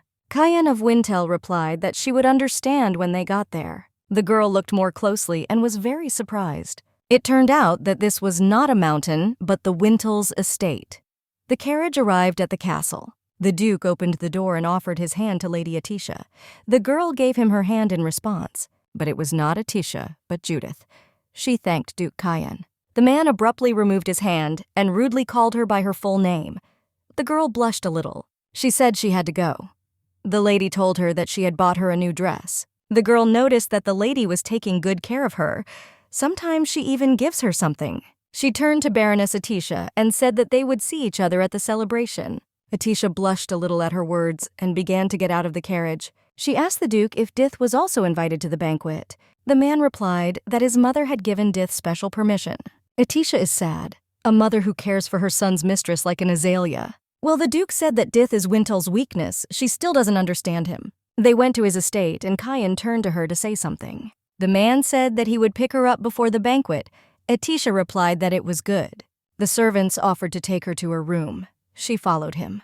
The girl thought that no matter how you looked at it, it was strange. The banquet shouldn't happen so suddenly. Even when Larianne threw a small party, preparations took at least a week. Atisha suddenly realized perhaps it's all because her son brought his bride home and announced the wedding right away. The girl thought that the lady was probably angry. She organized a sudden banquet, wanting to express her concern in this way. Atisha L. is a lady who has no name in high society and a son who has such merit. He is going to marry someone whose identity is unknown. Surely at the banquet she wants to find out what kind of person Atisha is. The girl had never been to this kind of event before. She suddenly introduced Larianne, who said to let her tell her about high society. Atisha exhaled. Under no circumstances should she screw up at the banquet. Guests at the event were whispering about Atisha Hines, the lady who will become Duchess of Wintel. They had never heard of her before. The invitees informed each other that the girl was no longer Hines. Now she is a baroness. They heard that this title was bestowed by the emperor. And how can a baroness become the wife of a duke? This is all very strange. The Duke does not often visit the capital. 3 years ago, he went to war. The guests do not think that his meeting with the Baroness was an accident. The guests really wanted to know the whole story and wondered who could tell them. Countess Monmad apologized to Madame Cyrillès and said that she must know much more than they do. Cyrillès was a past duchess. Before her marriage, her name was well known in the capital's high society. After the wedding, she led the north. In other words, she is the queen of northern high society. The lady leaned over and told the countess that she didn't quite understand what she was talking about. The guests continued to have fun and dance. Monmad got nervous. Mrs. Cyrillès thinks they are all mistaken. Today's banquet is dedicated to the Duke's marriage. They wanted to share this happiness with them, so they organized a banquet. Cyrillès hopes that no one will fuss over rumors during the holiday. Suddenly, it was announced that the Duke of Cayenne and Baroness Letitia L. had arrived at the celebration. The guests dispersed to make way for Madame Cyrillès. Cayenne of Wintle bowed his head and asked his mother how her health was. Letitia bowed, introduced herself, and said that she was glad to meet her. Mrs. Cyrillès looked at her with contempt, and Letitia thought that she seemed furious. The girl looked at the Duke out of the corner of her eye, but he stood calmly, smiling a little. Mentally, she asked the Duke if everything was okay, but then the lady approached her. She greeted her and said that she heard that Letitia was going to marry her son. Letitia smiled and said that the Duke accepted her marriage proposal. Mrs. Cyrillès did not understand what a marriage proposal meant. The girl explained that she was the first to propose marriage, and the Duke agreed. The Queen immediately said angrily that this was simply incredible. Letitia realized that she had said something wrong. She turned around to look at the Duke's face at that moment. He remained the same, smiling. The girl didn't understand why he was smiling. Maybe the Queen will believe her and let her stay? The girl forced herself to think what to do. Letitia clenched her fists tightly. She knew she needed to prove herself. A celebrity always attracts attention, and the words she utters will reach everyone's ears. Letitia L. offered her hand to the mistress and asked if she had the honor of inviting her to the first dance. Usually the partner for the first dance is chosen by someone from the family, and for the second with a lover. An invitation to the first dance shows that she wants to be part of her family. Even if Letitia is refused, she will be able to dance with the Duke. If she dances with him, she will be able to attract attention, to such an extent that no one will be interested in his mistress. The lady replied to the Baroness that this was a stunning proposal. Letitia L. thought she would say that Cyrillès continued to think about the offer of a first dance with her. But then, unexpectedly, Judith entered the hall and all attention fell on her. The guests began to gossip that this girl could be the same mistress of the Duke of Cayenne. People didn't understand what she forgot here. They thought that perhaps someone had invited her. Judith approached Ms. Cyrillès and thanked her for inviting her. The Queen replied that she was pleased to see Judith at the banquet. Letitia thought that she was invited by none other than Mrs. Cyrillès. She did not accept the Baroness's offer to dance, but immediately decided to greet her mistress. Grandpa was upset because it was supposed to be a celebration of marriage. The Duke helped her sever all ties with the Hines family, and in return she was to become a fake duchess. That was their deal, but now the mistress greeted Judith in front of everyone. This means she can be close to the Duke, the perfect plan. Does he really need a fake duchess? Now everyone looks at her as if she were a lonely island in the sea, a distant island that no one would even think of setting foot on. Her role ends here. If only she knew it would all end like this. And she is stupid she hoped that some candy could fulfill her wish. Letitia felt that she was in pain, bitter and unpleasant. Suddenly the Duke turned to his mother. The man said that she thoughtlessly invited Judith, and it didn't occur to her that Letitia would be unpleasant. Cayenne added that she should explain herself to the guests. The lady replied that she could not afford it. Duke Cayenne once again asked her to clarify this misunderstanding. Letitia was surprised that the Duke stood up for her.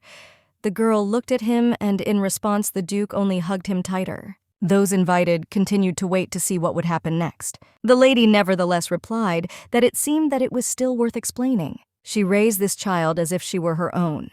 Even though she is a commoner, she sees Judith as her daughter, which is why she is here. Letitia L. was shocked and did not understand what it all meant. Cyrillès continued the story. When she learned that Cayenne had decided to get married, she felt it necessary to invite Judith to this banquet. Cayenne is her son, and Judith is her adopted daughter. It's normal for families to get together on such a beautiful day. The audience was shocked. They believed that Judith was Cayenne's lover but not her sister. Then she moved on to Baroness Letitia. The woman apologized because it might have made her feel uncomfortable. Mrs. Cyrillys quietly added that she was happy to learn about Cayenne's marriage. Atisha couldn't believe it. The woman said that she could not sleep, so she suddenly arranged this banquet. Moreover, Cayenne arrived here a day later than planned. She was very worried. Finally, the lady added that she was sorry she did this without thinking things through properly. Cyrillys extended her hand to Atisha L, inviting her to dance. The girl was glad that the mistress was not angry with her after all. Mrs. Cyrillys admitted that she was truly grateful for her desire to marry her son. She will be happy to dance, not the first dance. The girls walked out to the middle of the hall. The guests didn't even know that everything would be like this. The Duke's mistress turns out to be the adopted daughter of Mrs. Cyrillys. Obviously, they shouldn't get involved in this. Mrs. Cyrillys and Atisha L began to dance the first dance at the banquet. The woman asked the Baroness to take care of her only son. She will do everything possible to help them with the wedding ceremony, so Atisha can ask her for anything. The girl thanked her and said that she would definitely contact her. Cyrillys was embarrassed that the girl called her mistress. She told her that she could call her mother. She won't mind. Atisha was very surprised by this. The lady asked her not to think anything bad. She didn't force her at all. She waited a long time for Cayenne to have a worthy girl and get married. The woman tried her best to find him a suitable bride, but Mother laid out 5 photographs of girls, contenders for the Duke's heart, on the table. She told the Duke that they were all good. The lady began to talk about the first girl, but was refused in response. The woman was very upset because he didn't even look at them. Duke Cayenne turned around and said that he had business to do and left the room. Cyrillys lowered her head and said that she just hoped Cayenne would find someone he could feel at ease with. The mistress took Miss Atisha L's hands and looked her straight in the eyes. The woman admitted that she wanted her to become such a person for Cayenne, the one who will be his support for the rest of his life. Atisha hoped that this would be the case. It's time for the second dance between Atisha and Duke Cayenne. The man approached her. The Duke said that he thought that his mother was just shy. He added that she is even more happy about his marriage to Atisha than he is. The man bowed and offered his hand to the Baroness. The girl became embarrassed. The second dance is always reserved for your lover. They started their dance. Atisha told the Duke that she was surprised she thought his mother was strict. She didn't think she would treat her well.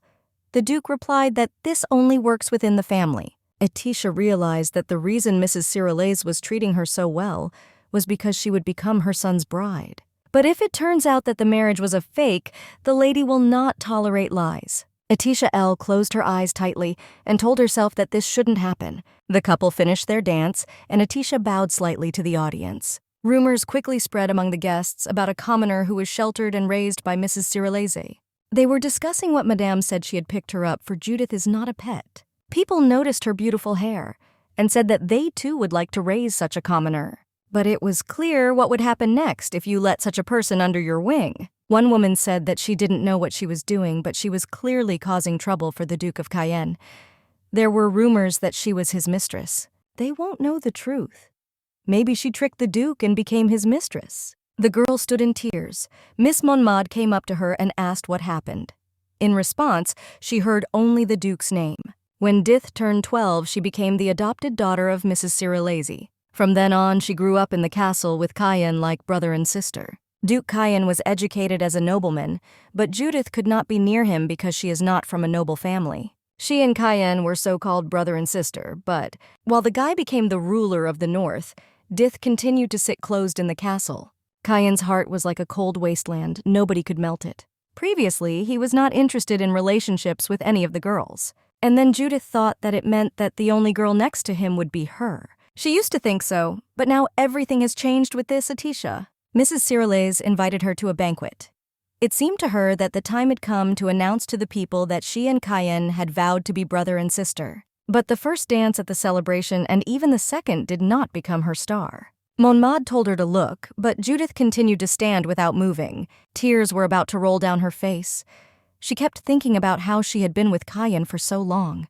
Monmad found it funny that the commoner ignored her words. After Mrs. Monmad did not receive any answer, she began to shout that this was impudence and asked if Judith had gone deaf. She turned her fan and hit Judith in the face with all her might. The girl was screaming about how dare she ignore her.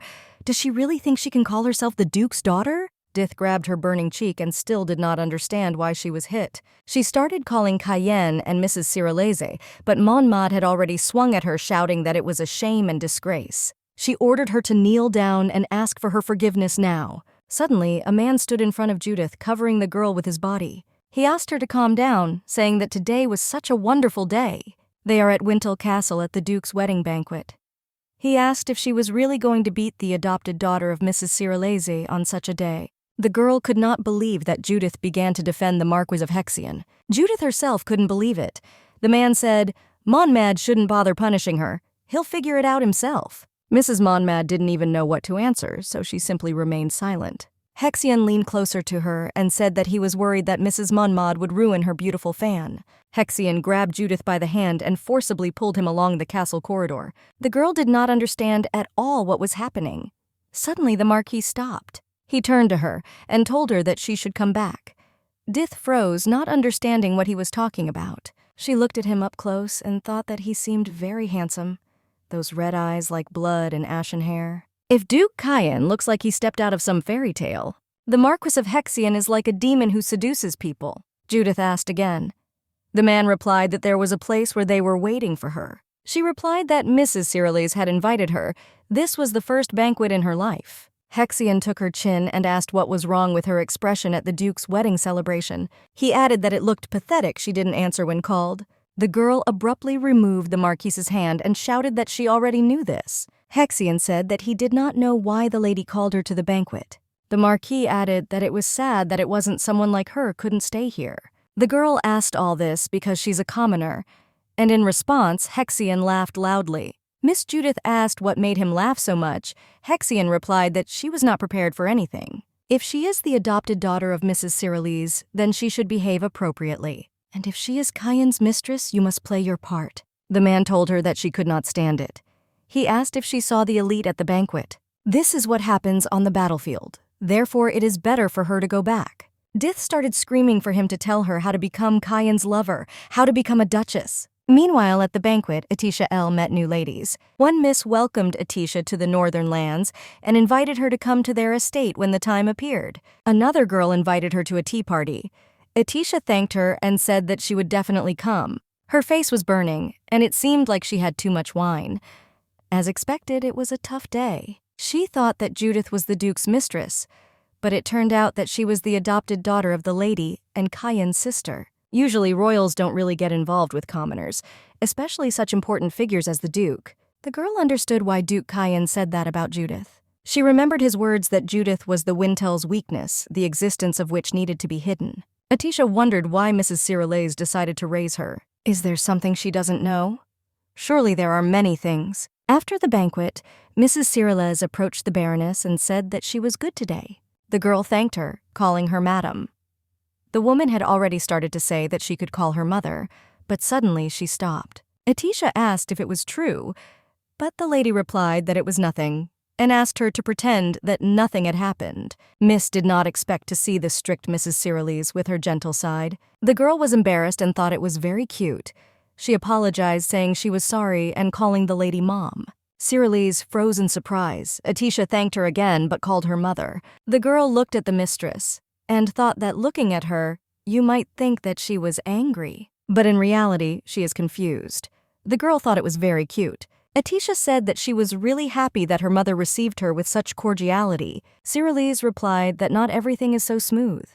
The banquet was organized in a hurry. There are some shortcomings. Atisha said that she would try to become a good daughter-in-law to repay her kindness. She said that in that case, the lady could also call her differently, not a baroness, although she is still surprised by the title.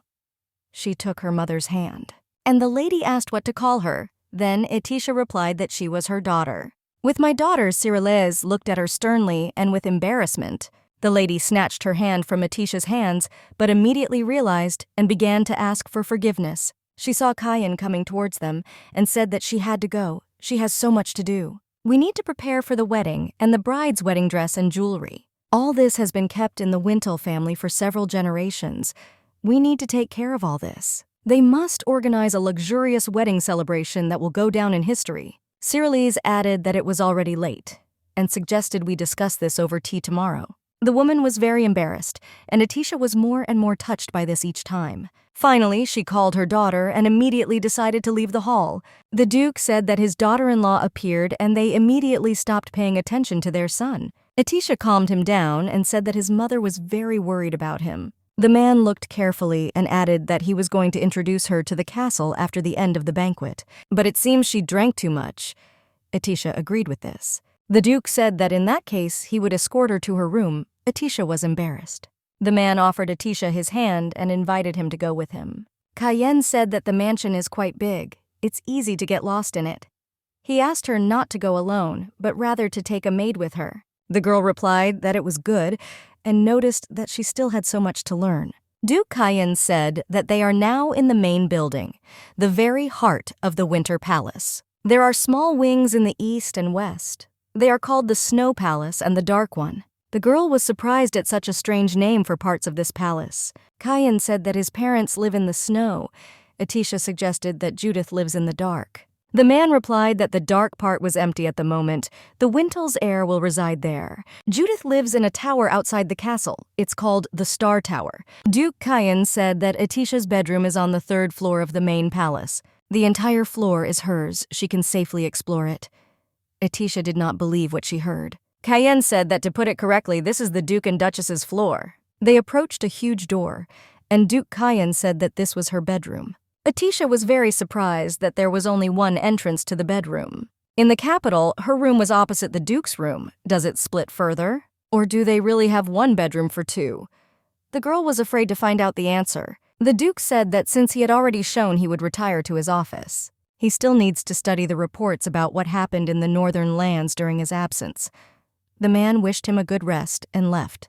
The girl was left alone with an unanswered question that still remains to be found out. Meanwhile, Judith brought Hexion to the Star Tower where she lives. She invited him, and the Marquis asked if he could really be here. The girl looked down and said that there was no one else here. He laughed and said that it looked like Mrs. Cyrillese had raised her in a greenhouse. If she wants to be like a society lady, she shouldn't behave like that.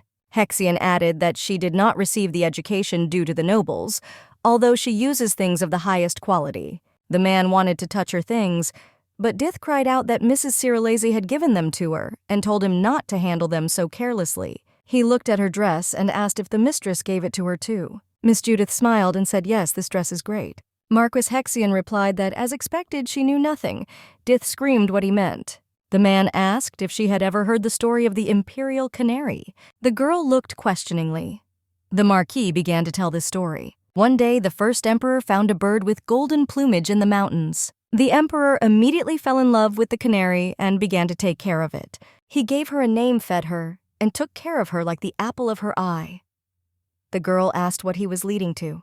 The man asked Judith not to interrupt and to listen to what would happen next. Since the emperor treasured the canary, he treated it with special care. The servants were careful and attentive, fearing that something would happen to her. The bird became more and more beautiful, but one day something terrible happened. The emperor suddenly wanted to see her soaring in the sky, and he released her from the cage. But no, she could not spread her wings and only chirped, "From what?"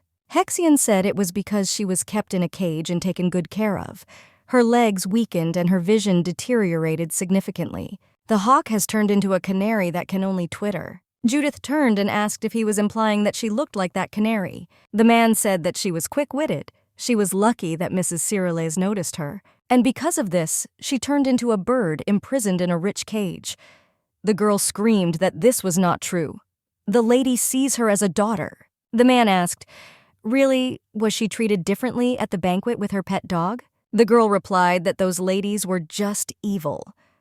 The Marquis said that in the end, their relationship with her unwittingly revealed the whole truth. He means that he is in a pitiful and ridiculous position.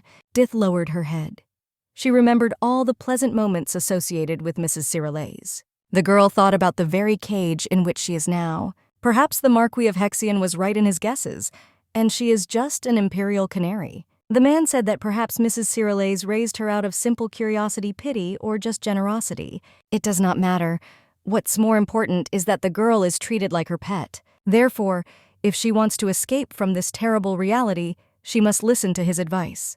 At the same time, Duke Kyan came to his and Atisha's room and took off his jacket. The man looked at the sleeping Atisha and even felt a little moved. He took off his t-shirt and sat down next to Atisha. Kyan looked at her sleeping face and thought, Atisha was able to gain the power to crush those who hurt her. The Duke took her dress and lifted it a little so that he could see her legs. He asked her why she didn't take revenge on the Hines family. All the Duke's sufferings were born from deep darkness. A happy childhood disappeared without him even noticing. Kyan of Wintel had to come to terms with sudden misfortune. He wanted to escape from this terrible reality. He didn't want to be a part of it. Must live, and for everything to work out, he must break ties with the past. The people who brought him suffering, he must take revenge, cut off their heads, burn their bodies, trample their ashes. He must take merciless revenge. Atisha is a girl who, like him, wants to cut off all ties with the past. But unlike him, she doesn't need revenge. The Duke was tormented by the question why. Isn't she furious? Is this fair? Doesn't she want to kill them all? Atisha felt the Duke's touch and opened her eyes. The girl did not understand what was happening. Kyan let go of her dress and did not say that everything was fine and let her go back to bed. He thought that nothing had changed. We need to have a wedding in a month, because everything will go as planned before. In the morning, Mrs. Cirilese and Miss Atisha had a tea party. The woman asked if her dress was torn. Atisha replied that yes, it looks like she tore it in her sleep. Mother replied that she should not worry, she would buy something else. The girl did not know when she managed to tear it. She dreamed of the Duke as usual. Mrs. Cirilese added that, by the way, it was she who handed the letter to the girl. Atisha asked what it was, and Cirilese replied that it was an invitation to a tea party from the Marquis of Hexion. He invited her, Atisha, and Judith. At yesterday's banquet, the Marquis of Hexion spoke with the ladies Monmat and Judith. Despite this, the Marquis of Hexion is involved in various scandalous rumors. Therefore, she worries that Judith will not get into trouble. Atisha thought that the lady really cares about her adopted daughter. She thought about how cool it would be if she had such caring parents. They would share nice things with her and worry about her if something happened. The girl was jealous. Suddenly, she heard her mother-in-law's voice in her dreams. She asked what it was, and the lady said that she would accept the invitation anyway. The woman asked what about her, will she go with them? The girl thought about it. She said it was an honor, but she was not yet used to banquets held in the north. Many rumors make her worry. Atisha smiled and said that next time she will come with them. The woman was very embarrassed by her smile and asked not to smile at her like that. After tea, Atisha looked around her new home with 2 servants. She thought that, to be honest, the lady was also charming. The girl went into the library and was delighted with how huge it was. Atisha L. saw a door at the end of the hall and became interested in where it led. One of the maids said that this was the Duke's office and that he should be there now. Suddenly, these doors opened, and the assistant to the Duke of Val-de-Prame came out. The man greeted Miss Atisha. He told her to come in and that the Duke was waiting for her. The girl asked again. He asked if she didn't come here because of the gift. Atisha was not embarrassed when she heard that the Duke had prepared a gift for her. When she entered the office, she saw a lot of magnificent jewelry. The girl forced me when I saw one set of them. Kyan asked if she liked it. Atisha replied that she did not need all this expensive jewelry. Kyan said it was as an apology and added not to be burdened. The girl asked what kind of apology we were talking about. He has nothing to apologize for. The Duke replied that the dress was torn. Atisha blushed and said it was her fault. But suddenly the man says that he broke it. The girl froze, not believing what she heard. She looked at him in surprise, and Kyan replied that last night he tore her dress. The Baroness was so shocked by what she heard that she did not notice that she had missed the necklace. Miss Atisha turned red and covered her mouth with her hands in shame. The maids who heard this and Val-de-Prame's assistant were in a stupor. They imagined Duke Kyan tearing Miss Atisha's dress in a fit of passion. The girl still could not believe that her dress was torn by the Duke. The man himself, unlike the others, showed no emotion. Atisha recalled what happened at night. She lay on the Duke's hand and he touched her with his other hand. A moment later, the girl was already lying in the arms of the Duke. She thought she dreamed it. Kyan once again asked for forgiveness and said that it was his fault he miscalculated the force. Atisha replied that everything is fine and this can happen to anyone. The man said that he invited the designer. I couldn't help but keep my word. He wants to make amends with these gifts. The Duke asked to receive them. Atisha said to control herself because people are looking at her now. They might become suspicious if she continues to pull away from him. Duke Kyan shows everyone their close relationship. The girl didn't know if it was true about the torn dress. Atisha took the first jewelry box she liked and opened it. The girl was very surprised because the heart of an angel lay inside her. A wonderful necklace. A decoration that was found only in fairy tales that she read as a child. One day, a half-pink diamond came from heaven. After this news, the crown prince made 7 ornaments out of it. He gave each of them to his bride throughout the week. She burst into tears of happiness after receiving such gifts filled with the love of the crown prince. Then they got married and they lived happily ever after. Atisha could not believe that such an extraordinary jewel was now in her hands. The Duke said that she seemed to know what it was. This necklace is made from an angel's heart. The very first of 7. The girl said that this necklace was too expensive for her. The man asked what she was talking about. This is bullshit. It's just a rock anyway. Atisha thought that this was a very expensive stone. The Duke chose it because he thought it would suit Atisha. The man took out a necklace and asked Lady Atisha to hold her hair. The girl put her hair away, and the Duke put such beauty on her and buttoned it up. Cayenne looked and said that, as expected, it suits her very well. In her thoughts, Atisha was happy because she had a new trinket from the Duke on her neck and a necklace from the Emperor under her dress. The man asked if she wanted to look at other gifts. The girl replied that it was not worth it. The Duke still has so much to do, she doesn't dare detain him any longer. Atisha touched her new jewelry and said that she would take care of it. Cayenne replied that it was good and added that he would send the rest to her dressing room. The girl thanked him and wished him a good day. She left the office. The maids could not believe that the Duke gave Miss Atisha the heart of an angel. He even smiled a little. And last night he tore her dress. Is this the same Duke they knew before? Baroness Atisha L. suddenly became the fiancée of Duke Wintel, and the most interesting topic of conversation in society. The maids discussed among themselves that the Duke tore her dress and said how ardent he was. Rumors spread quickly, and about the fact that the Duke gave her the heart of an angel, and about the fact that Lady Cyrillise invited her to a tea party. One day left until tea party. Other people wait years for an invitation to Lady Cyrillise's tea party. One of the maids asked why everyone was so surprised. She lied that she knew that Lady Atisha was a famous person in the capital land estate gifts from the Emperor. She asked if they now understand that Atisha L. is different from others. This is how the importance of Atisha became more and more every day, of course without her knowledge. In the evening in the Star Tower, Judith learned about these rumors. The girl bit her nails and thought, did Cayenne really tear her dress? She considered it impossible. This simply cannot be. Judith was furious. She pulled out a chair and sat down on it. The girl began to write a letter to the Marquis of Hexion, who promised to help her. A couple of days later, Hexion thanked them for accepting his invitation, as he knows they are all very busy. He told the girls that he hoped they had a great time and had fun. Mrs. Monmad calmly drank tea and looked at Judith. She couldn't understand what Marquis Hexion was thinking when he invited a commoner here. If it weren't for Lady Cyrillise, she would have thrown her out of here long ago. The man watched Judith's behavior in society and came to the conclusion that she was different from others. The conversation took place a couple of days ago. Then the Marquis of Hexion told the girl a month. She only has 1 month. Miss Judith didn't understand and asked what he meant.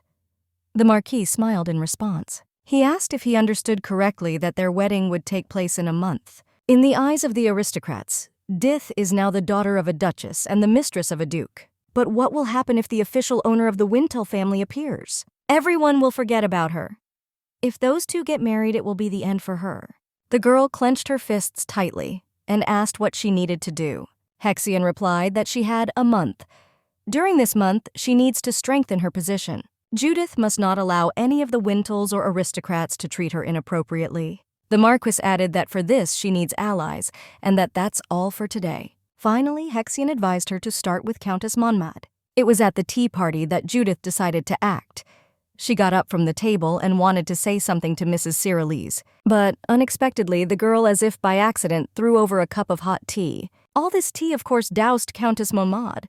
The woman was furious. Hot tea flowed down the fabrics of the expensive outfit. Judith began to ask for forgiveness and say that it was an accident. The Countess asked how this could be an accident.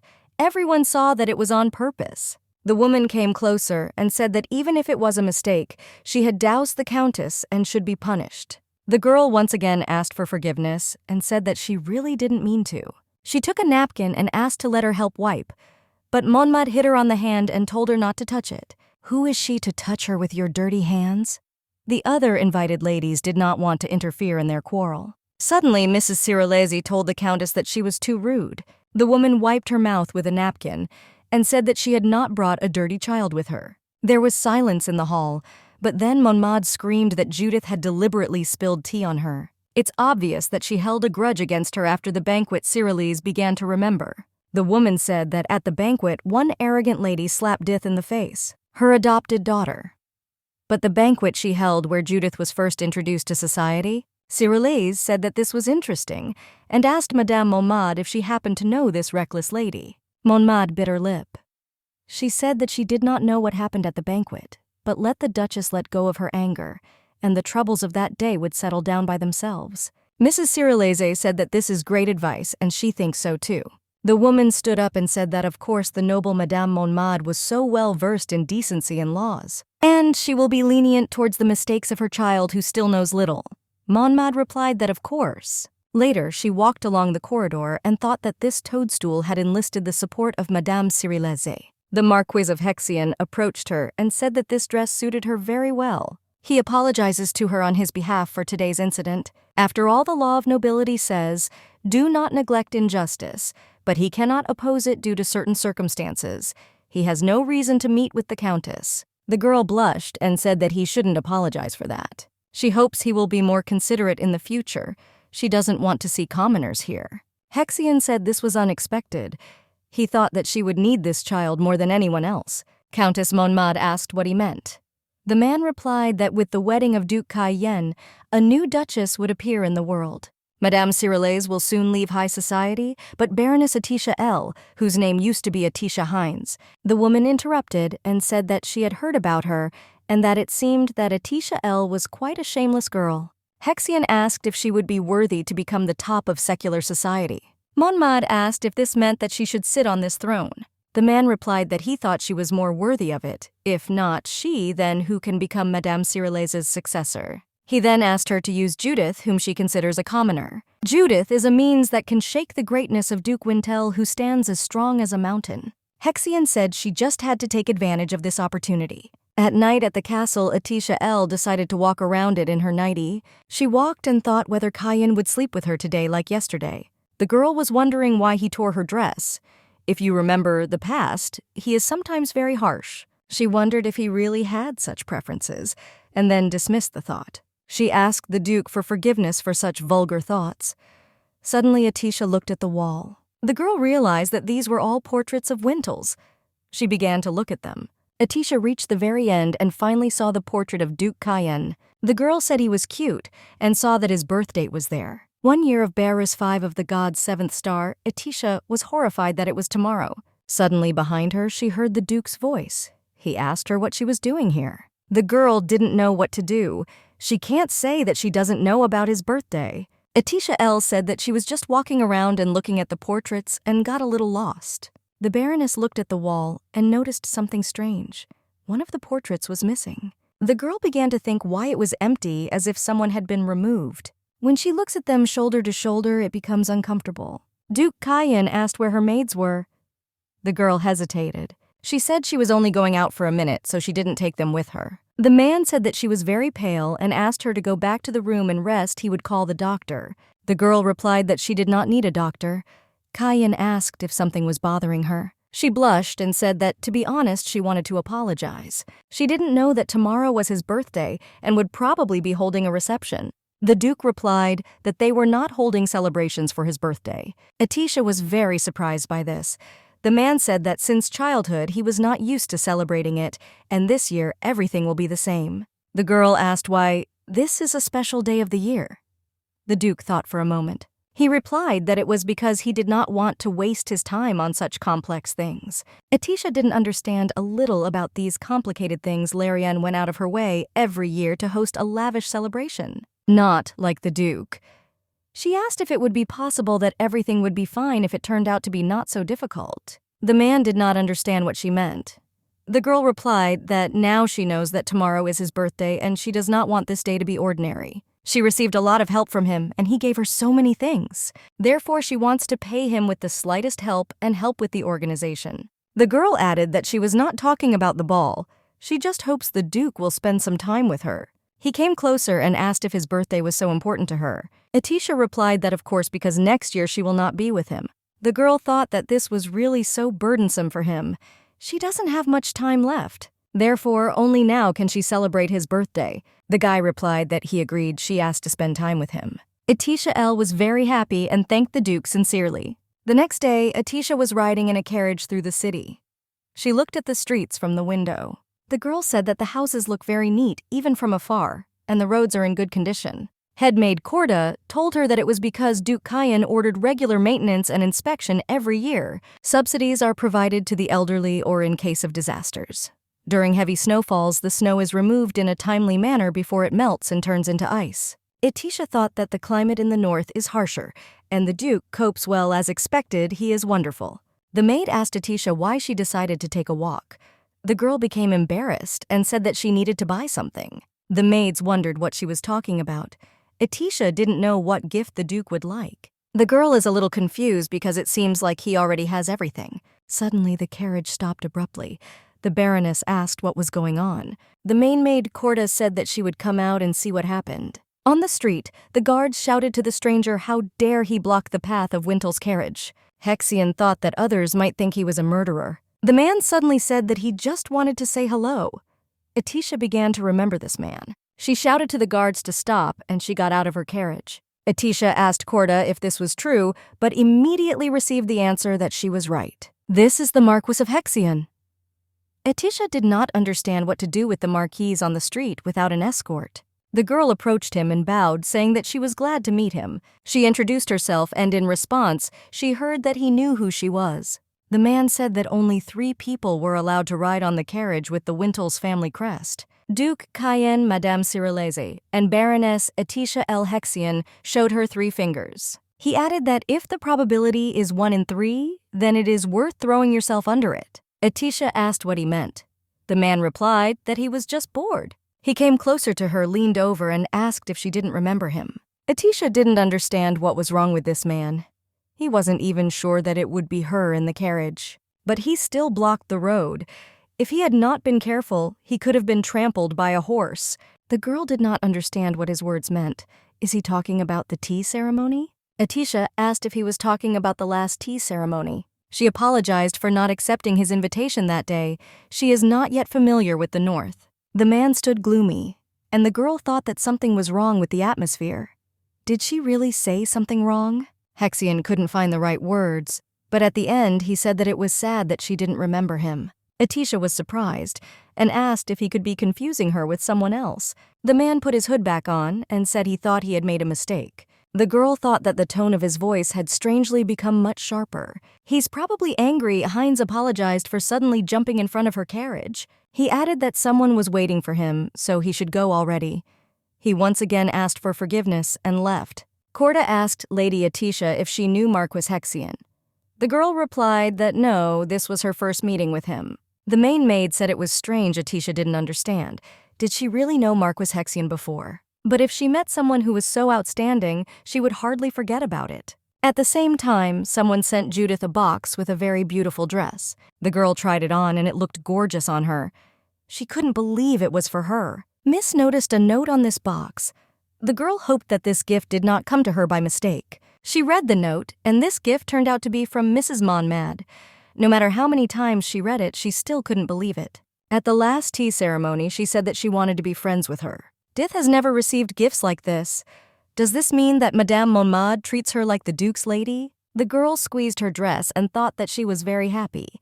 The lady always gives her flowing and simple dresses. But when she wears this dress, she looks like the main character of a fashion party. She wondered what Cayenne would say when he saw her in this outfit. Will he look at her differently if he sees her so beautiful? She must go and see Duke Cayenne as quickly as possible. The table had already been set in honor of the Duke's birthday. Atisha was already sitting and waiting for him. She wondered whether the Duke would like her gift. If you like it, she will be very happy. Cayenne of Wintel came to the hall. The girl began to get up, but the Duke asked not to do this. She greeted him. The man said that he heard that someone came to her. He asked if she had any problems. The girl replied that it didn't matter. It's just a small incident. Atisha took out her gift and asked the Duke to accept it. Cayenne didn't understand what it was. She said it was her gift to him since it is a plant he can continue to grow it. She chose him because the Duke would be able to admire him for a long time. Duke Cayenne didn't even know how to react to this.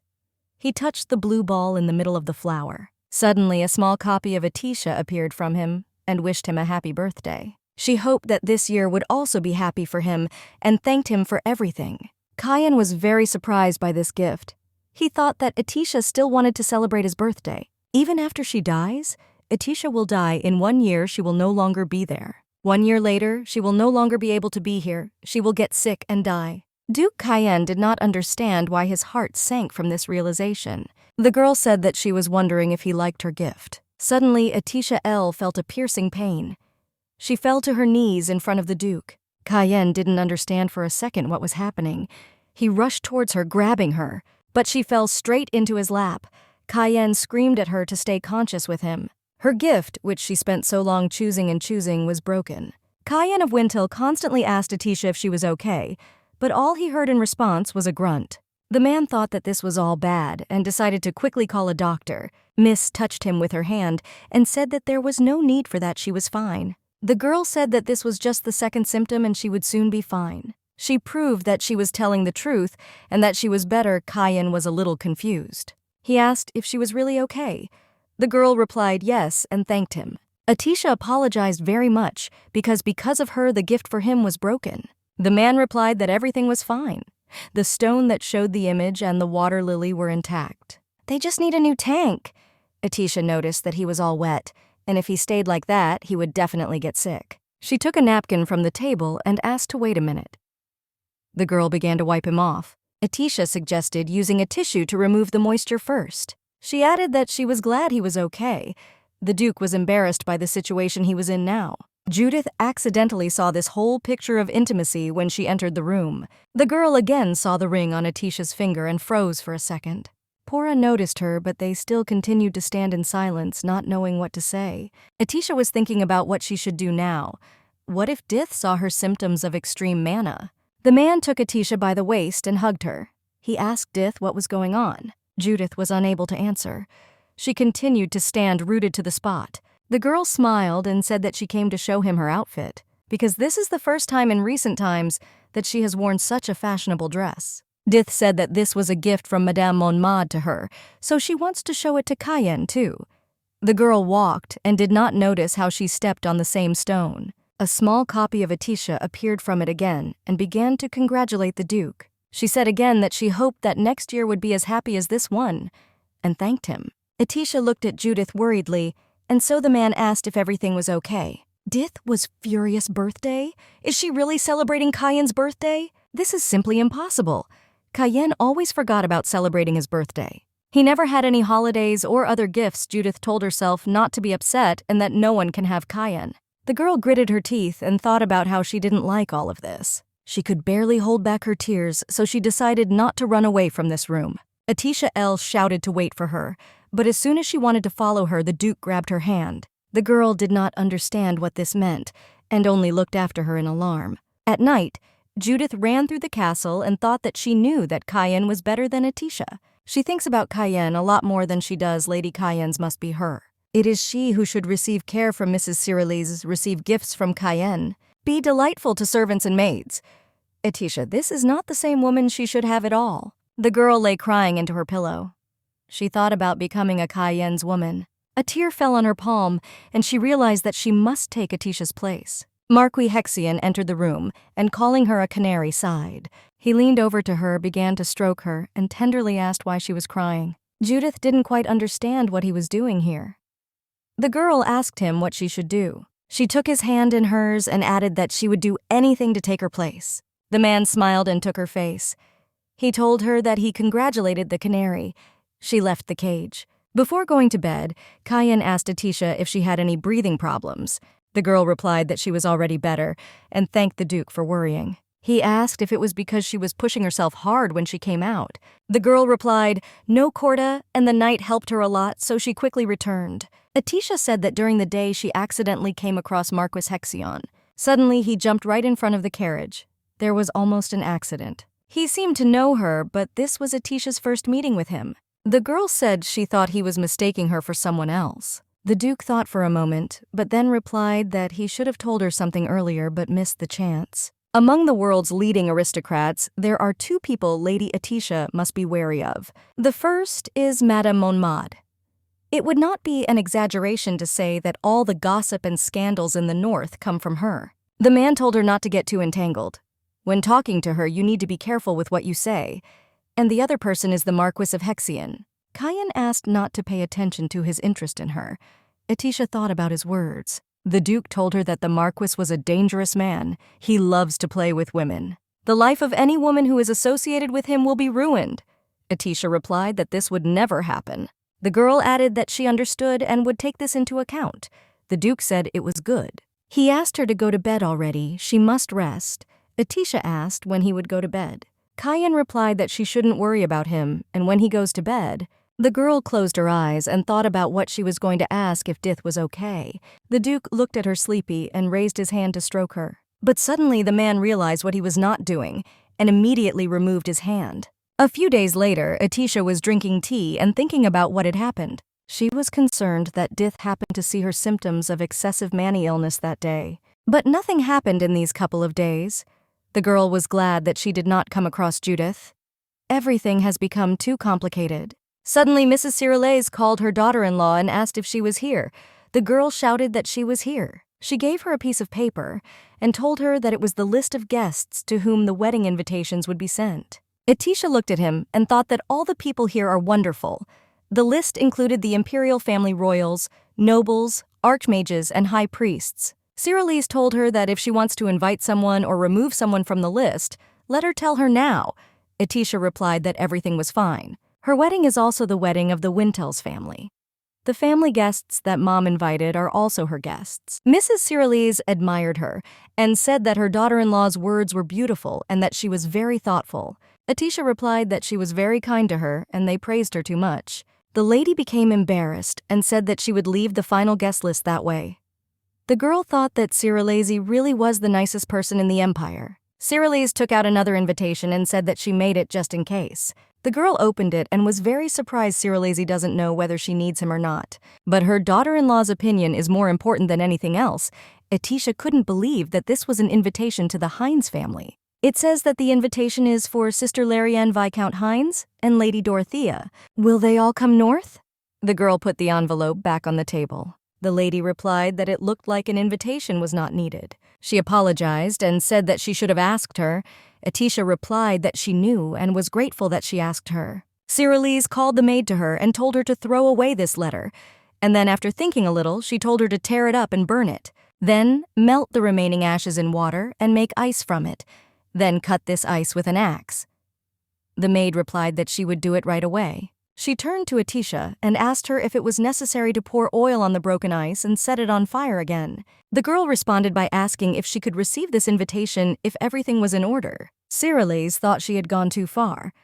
Atisha replied that she wanted to break it herself. At the residence of the Marquis Hexions, a man asked the canary if it was ready. The girl came out to him in a beautiful red dress and a mask on her face. She asked him if she had to wear this dress because she wanted to choose other clothes. The Marquis replied that last time she was happy because the dress was gorgeous and asked if that was true. Judith replied that she hates him now. The man replied that she could not do this now. This is a great opportunity for her to appear in a gift from Madame Montmartre. People without power like her must use whatever is available to them.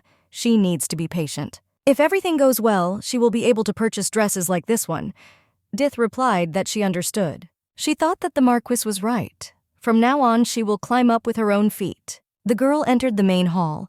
Men and women immediately noticed her. Judith decided for himself that from today she is Mrs. Kayan's. She came to this holiday as his courtesan. At the ball, the guests danced and had fun. Men invited ladies to dance. Others gossiped over a glass of champagne.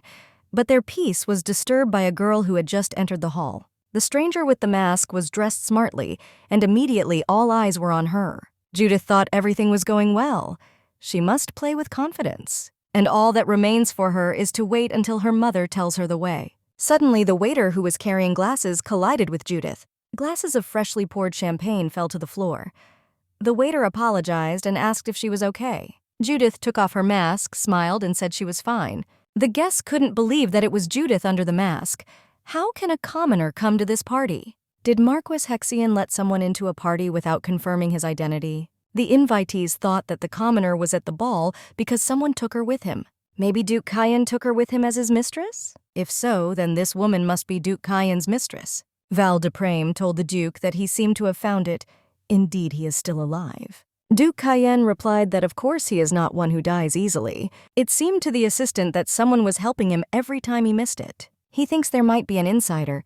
Cayenne of Wintel replied that he knew this. The assistant asked again. The Duke said it was true, but they have nothing to worry about, so Val de Prame better continue to keep an eye on him. This time he needs to watch more strictly and not get caught again. Val de Prame replied that he would do so and left Cayenne's office. The man stopped in the corridor and thought about what the Duke was counting on in his head. This is completely incomprehensible to him. These days he only values the vase that Lady Atisha gave him. The atmosphere is also different from yours before. Suddenly his assistant realized. The Duke pressed the blue ball. Once again, Atisha wished him a happy birthday and wished him a good year. Val de Prame couldn't believe that this was possible. He thought that if the Duke was really like that, then he would change his dog. The next day, Judith hummed a cheerful tune and looked at the huge mountain of gifts. She thought that, as expected, Marquis Hexian was right. Everyone at the party thinks that she is Cayenne's lover, so they sent her these gifts. If she wears this in front of others, will it mean that she is Cayenne's lover? Someone knocked on the door and asked if she was there. It was Mrs. Cyrillise. The girl was a little scared because she wasn't expecting her. She didn't know what to do with all these gifts on the table. Cyrillise said that she had something to say, and she came for a minute. Judith began to hide the gifts and asked to wait a second. Suddenly the doors opened. The girl thought that if Madame Cyrillise saw this, Judith sat down and, having overcome herself, looked at her mother. Madame seemed to be furious. The woman said that she had heard that she and Marquis Hexian had a pretty good relationship. She asked the girl if it was true that she called him to her tower and also went out with him. Judith was silent. The Marquis told her that he avoided all the guards, so how did she find out? Mrs. Cyrillise took her daughter's hands in hers and said that she understood her. She's old enough to be married. It's time to look for a man. Cyrillise cannot pay attention to them due to Cayenne's marriage. The woman said that Judith's problem is due to her ignorance, but she hopes that she will have a happy marriage with a rich and wonderful man, not a noble's concubine. She will provide any support and they will agree for any man she wants. Judith didn't expect Miss Cyrillise to say something like that. She thought that she would be scolded, but the woman on the contrary cares about her very much. Mom wants her to be happy. Perhaps she will allow her to be with Cayenne. The girl said that she wanted to tell her something. Madam, she is listening carefully. Judith said that she actually loves Cayenne. The girl confessed that she would like to become Cayenne's concubine. Then she will not be separated from her mistress and will live happily in the castle for a long time. Cyrillise suddenly stood up and hit the girl in the face. Judith screamed. The woman could not realize that she had done this. She said it was impossible. The two of them never. The two of them can't be like that. The woman turned the table over, took Judith, and began to shake her. Judith begged to be released and let her go, to which Madame shouted at her to swear that she would not look at Cayenne as a man again. Judith just cried and couldn't say anything more, so the mistress shouted at her to hurry up. Suddenly, Mrs. Cyrillise realized what she was doing and let the girl go. She fell to the floor and hit herself painfully.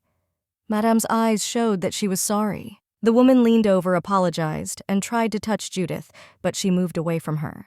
The girl turned away and said that she wanted to be alone now. Cyrillise understood that it was better for her to leave her alone and therefore decided to leave. Finally, she told her that she would send a doctor here to look at her, and if she had any injuries, then let her know. The action takes place on a bright spring day.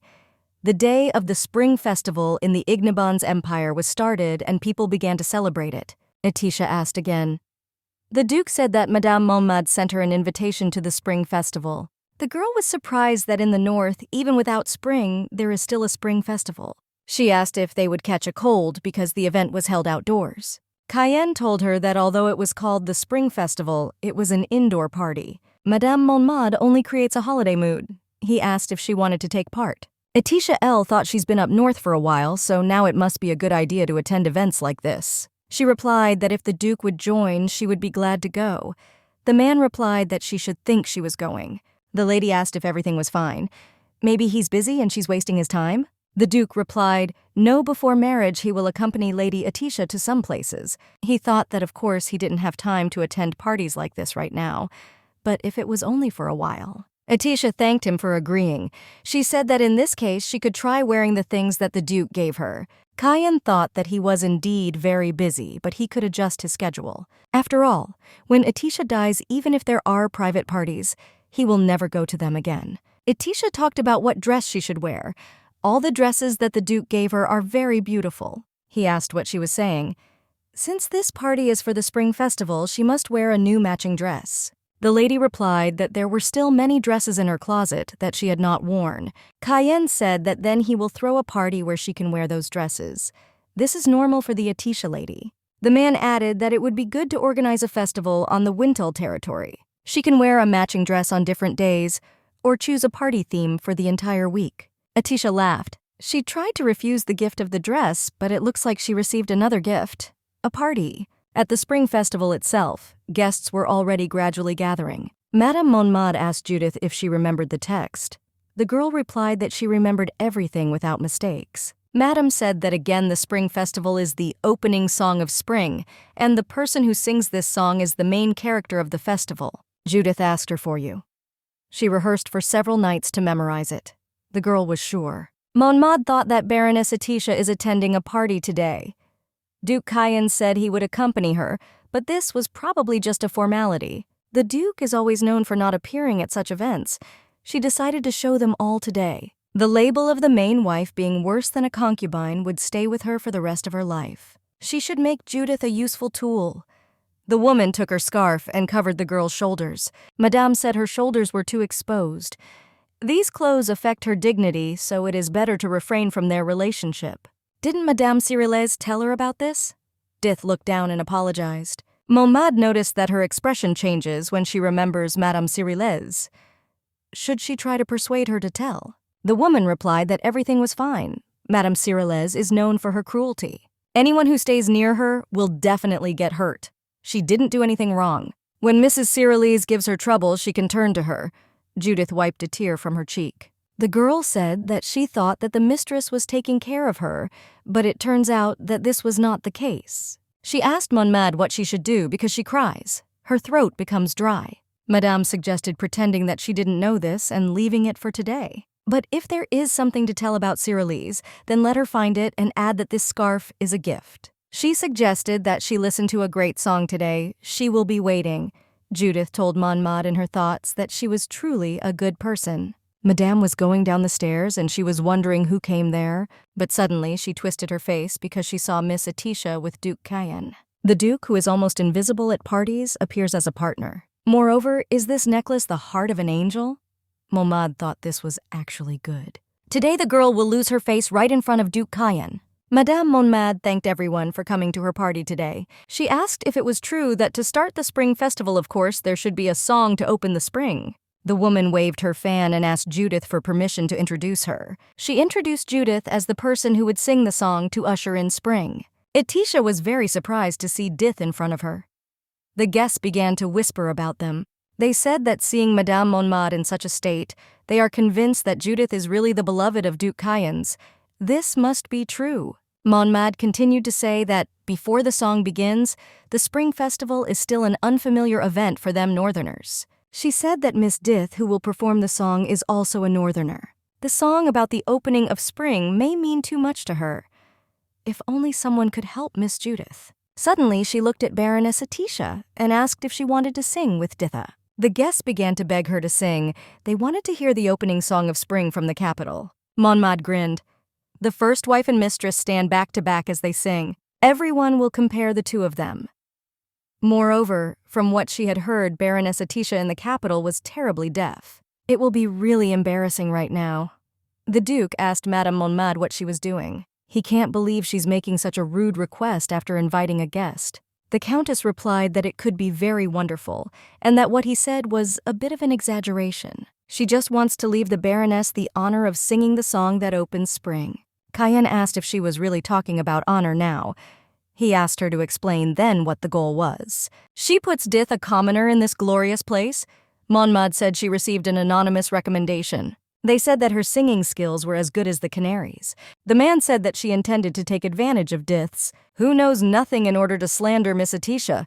The same goes for those who support the Countess. Duke said that from start to finish, he suspects their intention behind this situation. Atisha L. took his hand and said that she thought everything would be fine if she sang. He began to warn her that this situation was strange, but the Baroness replied that she did not want the festive atmosphere to be ruined because of her. The girl touched the pendant and added that she also wanted to sing. Cayenne of Wintel replied that if everything is good for her, then let her go. Atisha approached the Countess and asked if she could sing there now. The woman was at a loss. Atisha replied that she meant the song that opens spring. This opportunity rarely comes around, so she wants to sing. She asked if she would sing with Dith. Does she want to sing the first verse? If she picks up the tempo, she can sing along. Judith replied that she would sing the first verse then. The two girls stood together preparing to perform. Dith thought that she should show everyone that the person who is suitable for Cayenne is her, not Atisha. Judith started singing the first verse. Her voice was beautiful, so the guests enjoyed her singing. Monmad thought that although her plan was a little different, she seemed to be successful in the end. Atisha will soon be embarrassed in front of all these people, the girl began to sing. Unexpectedly, for Madame Monmad, the Baroness had a beautiful voice which the guests had already appreciated. She thought it was all nonsense. She clearly heard that the Baroness was deaf. Judith also didn't understand how Atisha could have such a voice. The girl remembered that she used to love to sing, but she couldn't boast because her sister Larianne was deaf. This all remained a dream. When she finished, she heard applause. People shouted that they admired her. They couldn't believe that she had been hiding this talent all along. In the evening, she and the Duke were going to return home in a carriage. Atisha thanked him for agreeing to return. He replied that he himself needed to return to the castle and asked if she was tired. The girl replied that no, and added that she wanted to sing more. Atisha wants to sing from her heart in an open place like a castle without any interruptions. The Duke knocked on the window to make the carriage move and told the girl that he would take her to a place where she could sing her heart out. After some time, they were still driving. They drove through a snowy forest. Finally, they arrived. The Duke opened the door and got out of the carriage first. Atisha also followed him. The man gave her his hand and invited her to go together. The girl froze. She saw what beauty was waiting for her on the other side of the road. Atisha asked Cayenne what this place was, and he replied that he lived here when he was little. He reminded her that she had said that she wanted to sing freely without interference. There is no one in this place. The Baroness smiled, looked at the Duke, and realized that this was his secret place. The man said that he would always help her and invited her to enter. When they entered, the girl was delighted at the same time by the simplicity and luxury of this place. She kept repeating how beautiful it was here. Duke said she knew it was quite small. He added that if she was uncomfortable here, she could return back to Wintel Castle. Atisha L. objected and said that she really liked this place. She was just surprised for a while and therefore didn't know what to say. Although she doesn't know whether it's strange for him to hear this or not, but for some reason she feels very comfortable and cozy in this place. The girl began to open the window. When she opened it and looked at the view from it, she finally said that she really liked it. Duke, I said that when he was young, he often trained with a sword alone in the forest. When she mentioned a place without any obstacles, this house was the first thing that came to his mind. This is a place that he even forgot about for a while. But when he listened to her sing today, he suddenly remembered. The girl was embarrassed, because he said that he remembered the place precisely because he listened to her sing. The Duke continued that fortunately she liked it here. She can come and use the house at any time. The girl thought that now it was like an abandoned house, and she really wanted to sing in it. She began to sing. Her voice began to spread throughout the house. Atisha was a little embarrassed and couldn't be happier that she could sing again. Cayenne of Wintel listened to her attentively. At the same time at the Hines estate, Larianne became hysterical. She broke the cup and screamed. She told her to believe in her. She knows how to do it herself.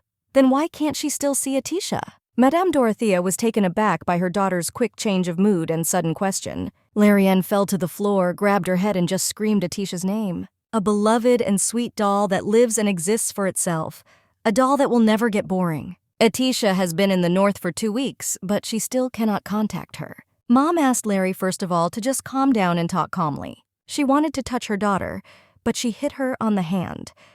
The girl shouted that Tisha was only her and should be on her side. Mom thought that after she consoled her for a while, she would be fine. This was a big problem for her. The situation is becoming increasingly unregulated. Larianne said that today in the upper class, everyone is excited because they received an invitation from the Duke of Wintel. She added that it was true that she needed to come to Tisha's wedding. Dorothea started to stop her, but her daughter replied that it was all in vain. If she locks her in the room again this time, she will bite her tongue and commit suicide. Madame screamed about what it was saying.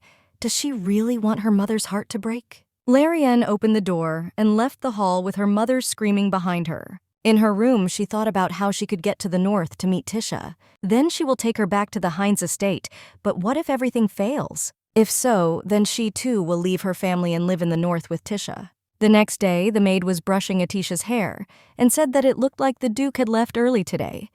She added that the wedding was close and it would be nice if he spent more time with her. Atisha said not to say that because the Duke went to a party with her yesterday and took her to his house. Marin said that she still wishes that the Duke would care about her more than this. This is the north, she had to leave the capital and come here.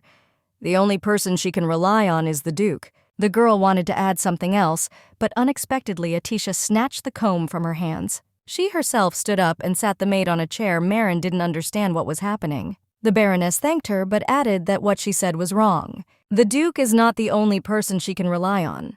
She also has it. The maid couldn't believe it. The girl added that Marin means a lot to her. Also, she has Marin's mother. She also takes good care of her. And she has it herself. As it turned out, she became a great support for herself. Until now, Atisha has always wanted to understand the Duke to learn more about him. But as it turned out, she didn't know that first she had to understand herself. Someone knocked on the door and Corda behind the door said that it was her. The head maid. Atisha asked what was the matter and the maid came in. The woman said that they need to go to the snow castle because the great lady is waiting for her. When they approached the snow castle, Atisha was shocked by its size. She was delighted at the thought that the former Duke and Duchess of Wintels lived here. When they entered, the girl thought that it was just as beautiful inside. It has an old-fashioned charm. Corda said that they should come here and open the doors. Mrs. Cyrilese was waiting for her in the hall. The woman greeted her daughter-in-law and asked her to come over. Atisha L. walked up to her and looked in the direction in which her mother-in-law was looking. In the closet behind glass stood two mannequins dressed in the Duke and Duchess's wedding clothes. Cyrilese said that the wedding is only 2 weeks away.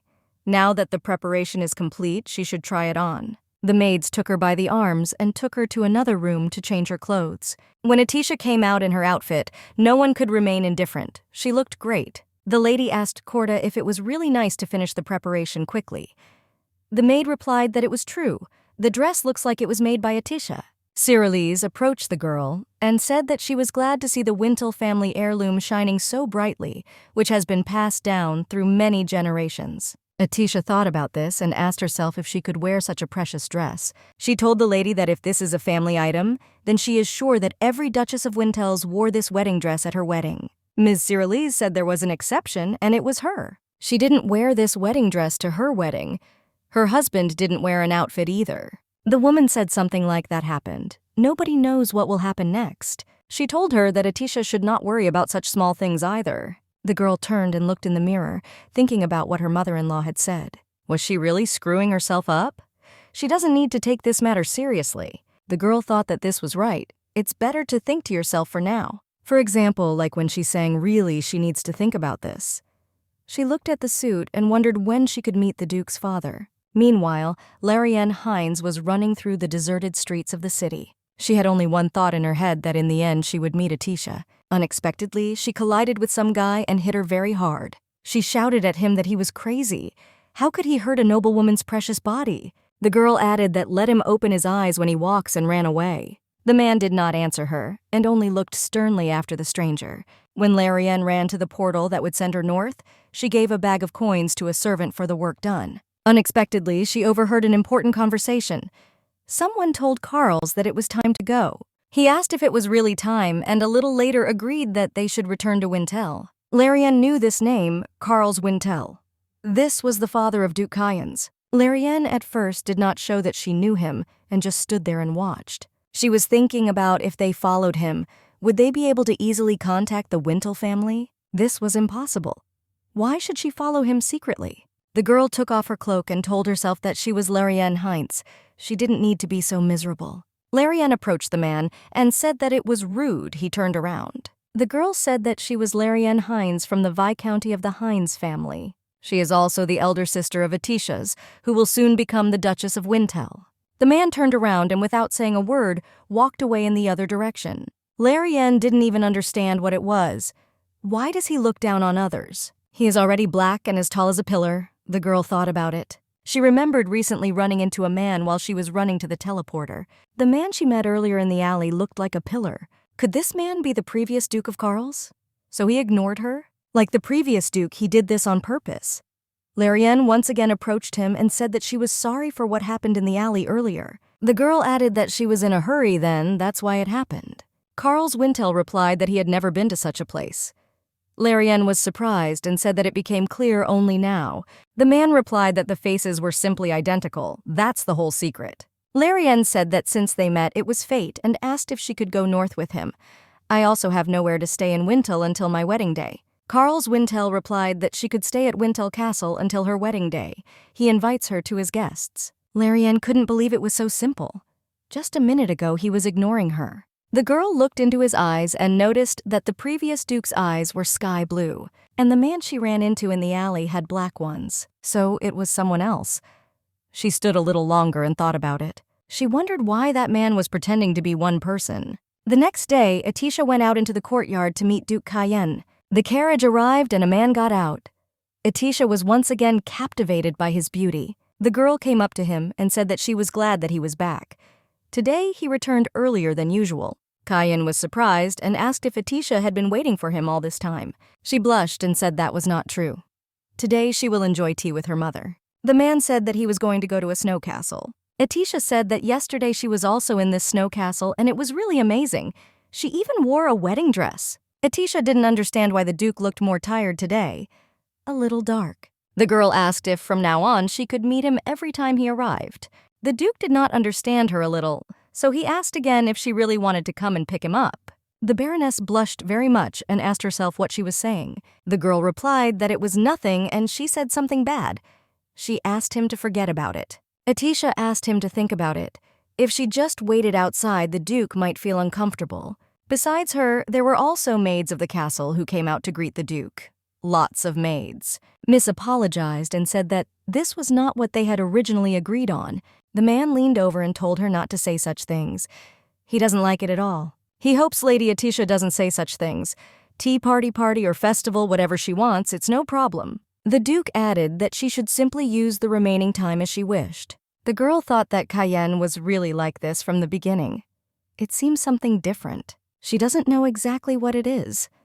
The girl asked that the offer meant that she could live as she wanted in Wintel Castle. The man replied that this was true. She asked whether she should even enjoy tea with her mother or wait for the Duke. The Duke replied that that was right, and if she wanted something else, just let her tell him. Atisha thought about what she wanted now and realized that she knew what she wanted. Duke the Baroness asked the man if he could go with her and gave him her hand. She offered to go with her to the snow castle and enjoy tea with her mother. Meanwhile at the castle, Mrs. Cyrillès had a tea party with Judith. The woman apologized for calling her here so suddenly. She wants to directly apologize to her for what happened last time. Judith looked down and said that she should have apologized. Because she wants to become Cayenne's concubine, she has become so unstable. The girl began to cry, so the mistress quickly moved to the sofa with her. She told her that everything was fine and she was with her. It can fulfill other requests, anything or anyone she wants. Judith said that Madame Monmad told her that even if she was born a commoner, there is a way out. If she is approved by His Majesty and accepted into the noble family, she can receive noble status. The girl cried and said that if the lady really loved her like a daughter, then please let her accept her into the official Wintel family. If this is the case, then can she really become the daughter of the Grand Duchess? Judith said that if she did this, the girl would never think about Cayenne again. The girls sat in silence for some time, and then Judith said that the mistress said that she was taking care of her. Cyrillès said that if she could, she would also like to give her noble status. But this is beyond her capabilities. She can't tell her why Judith immediately thought that she was lying, but the words the lady said showed that she really cared about her. She remembered her words about how dear she was to her. The girl thought it was all a lie. The voices in her head told her that she should not be deceived again. The noble Duchess of Wintel will not consider someone as low as her true daughter. She is just an Imperial canary, a particularly favorite pet bird. Judith suddenly calmed down and said that everything was fine and she was just saying it. The girl apologized for saying something like that so suddenly. She thanked her for the gift, asked her to forgive her, and wanted to leave the hall. But when she opened the door, she saw Cayenne in front of her along with Atisha. Mrs. Cyrillese apologized and said that they should go back today. They will meet tomorrow. Atisha smiled and said that then they will return tomorrow. But suddenly, Dith grabbed the Duke's hand and asked them not to leave. With pleading eyes, she asked them to stay with her, and especially Cayenne. Atisha looked at Judith in horror and could not understand what had just happened. The Duke took back his hand and invited them to have a tea party together. 4 of us. Judith immediately became cheerful as if she had not just cried. When the 4 of them sat and drank tea, Atisha couldn't help wondering what had happened here. She did not like the expression on the Duchess's face and seemed very gloomy. What was the Duke even thinking about when he invited them all to drink tea together? Judith reached out to Cayenne and said it reminded her of the old days.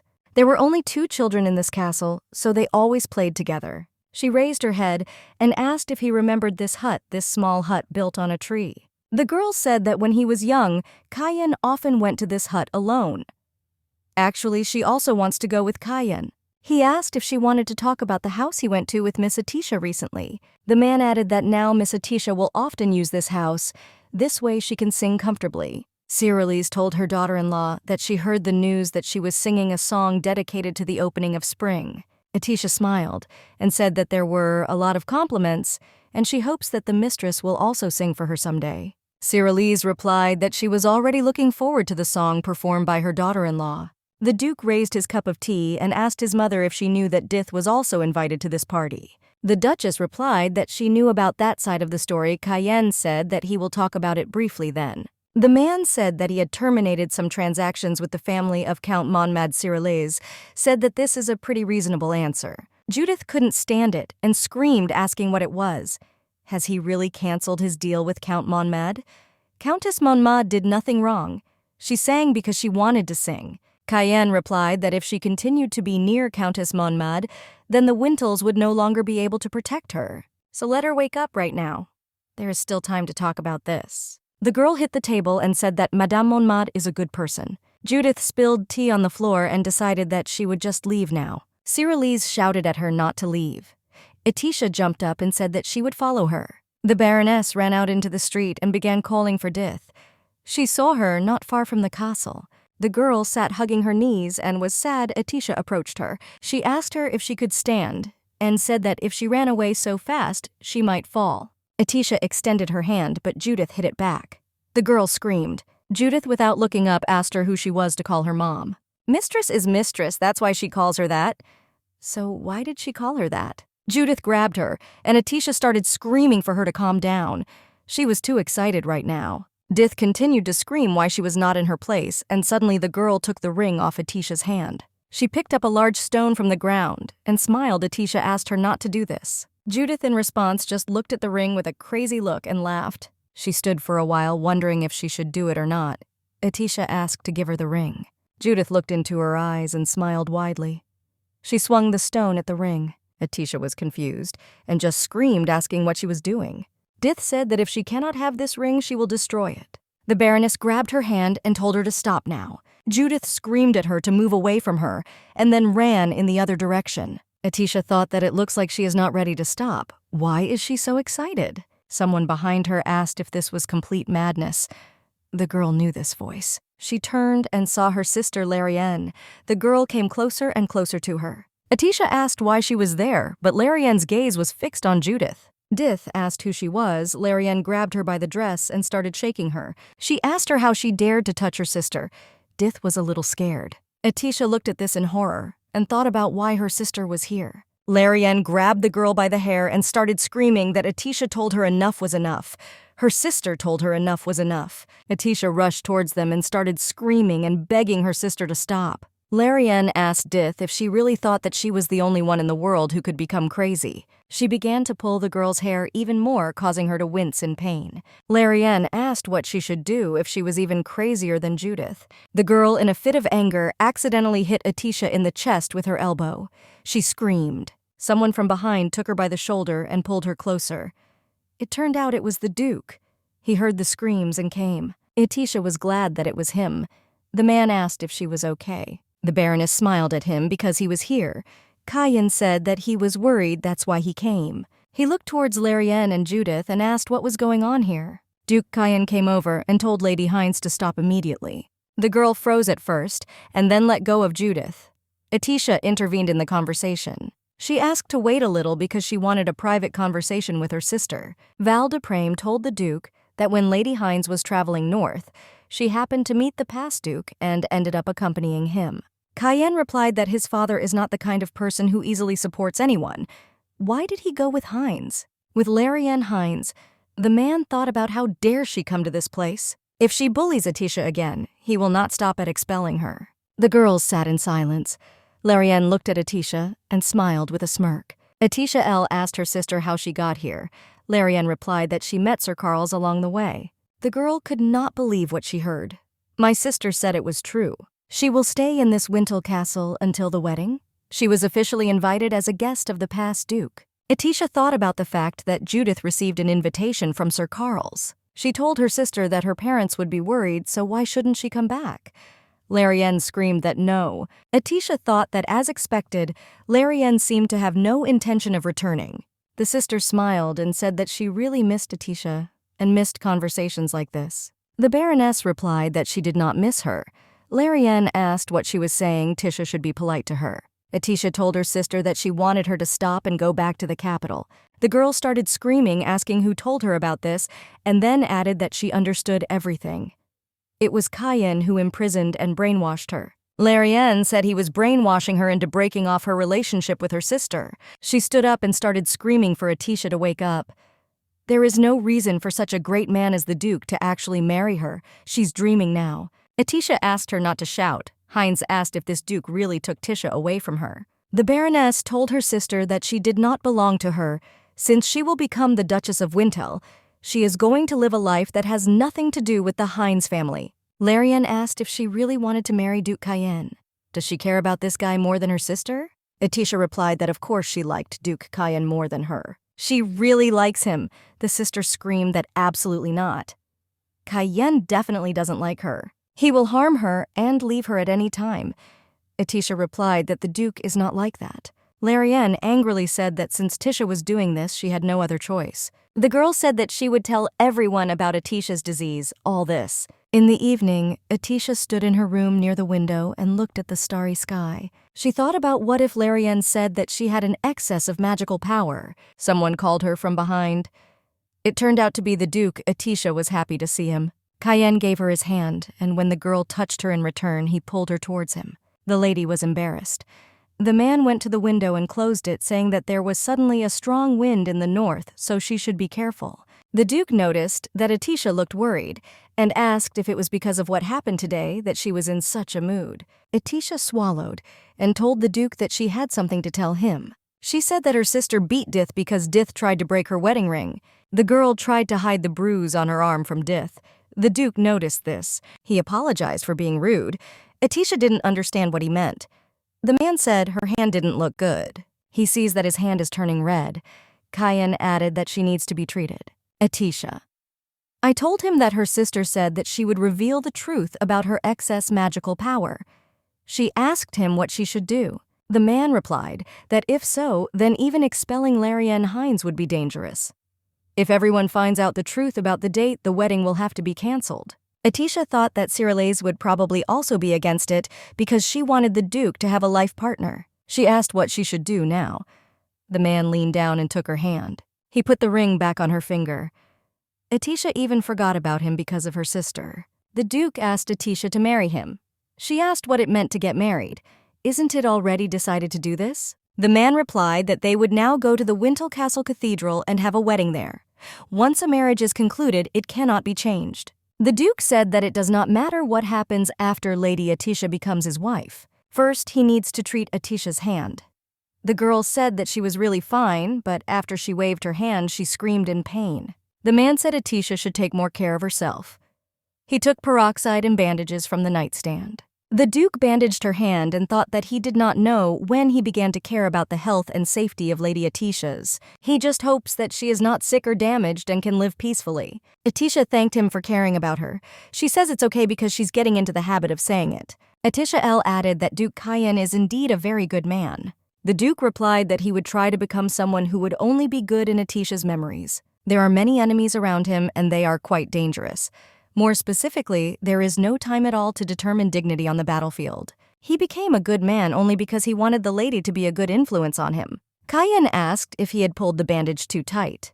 The girl replied that everything was fine and suggested that he now go to the cathedral. When they stood in the cathedral, Atisha thought about the fact that in the Empire it doesn't matter whether you are married or not. Only by fulfilling the marriage vows of husband and wife can they be recognized as husband and wife. With this vow, she and the Duke will officially become husband and wife.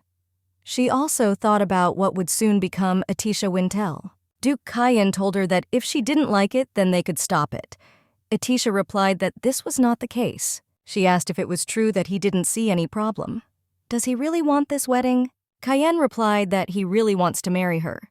Atisha replied that then she also wants it. The man said that with the blessings of his father and mother, he, Cayenne Wintel, agrees to marry Atisha L., and he vows to remain faithful and honest as husband and wife. Atisha then said that with the blessings of her father and mother, she, Atisha L., agrees to marry Cayenne Wintel and be sure to maintain the trust and integrity of husband and wife. The man said that now they must kiss each other for an oath. Atisha blushed. The Duke pulled her head towards him. The girl thought that he had missed other procedures, so why not leave a kiss? Atisha didn't have time to say anything when the Duke kissed her tenderly. In the evening, Atisha stood in her room near the window and looked at the starry sky. She thought about what if Larianne said that she had an excess of magical power. Someone called her from behind. It turned out to be the Duke. Atisha was happy to see him. Cayenne gave her his hand, and when the girl touched her in return, he pulled her towards him. The lady was embarrassed. The man went to the window and closed it, saying that there was suddenly a strong wind in the north, so she should be careful. The Duke noticed that Atisha looked worried and asked if it was because of what happened today that she was in such a mood. Atisha swallowed and told the Duke that she had something to tell him. She said that her sister beat Dith because Dith tried to break her wedding ring. The girl tried to hide the bruise on her arm from Dith. The Duke noticed this. He apologized for being rude. Atisha didn't understand what he meant. The man said her hand didn't look good. He sees that his hand is turning red. Cayenne added that she needs to be treated. Atisha. I told him that her sister said that she would reveal the truth about her excess magical power. She asked him what she should do. The man replied that if so, then even expelling Larianne Hines would be dangerous.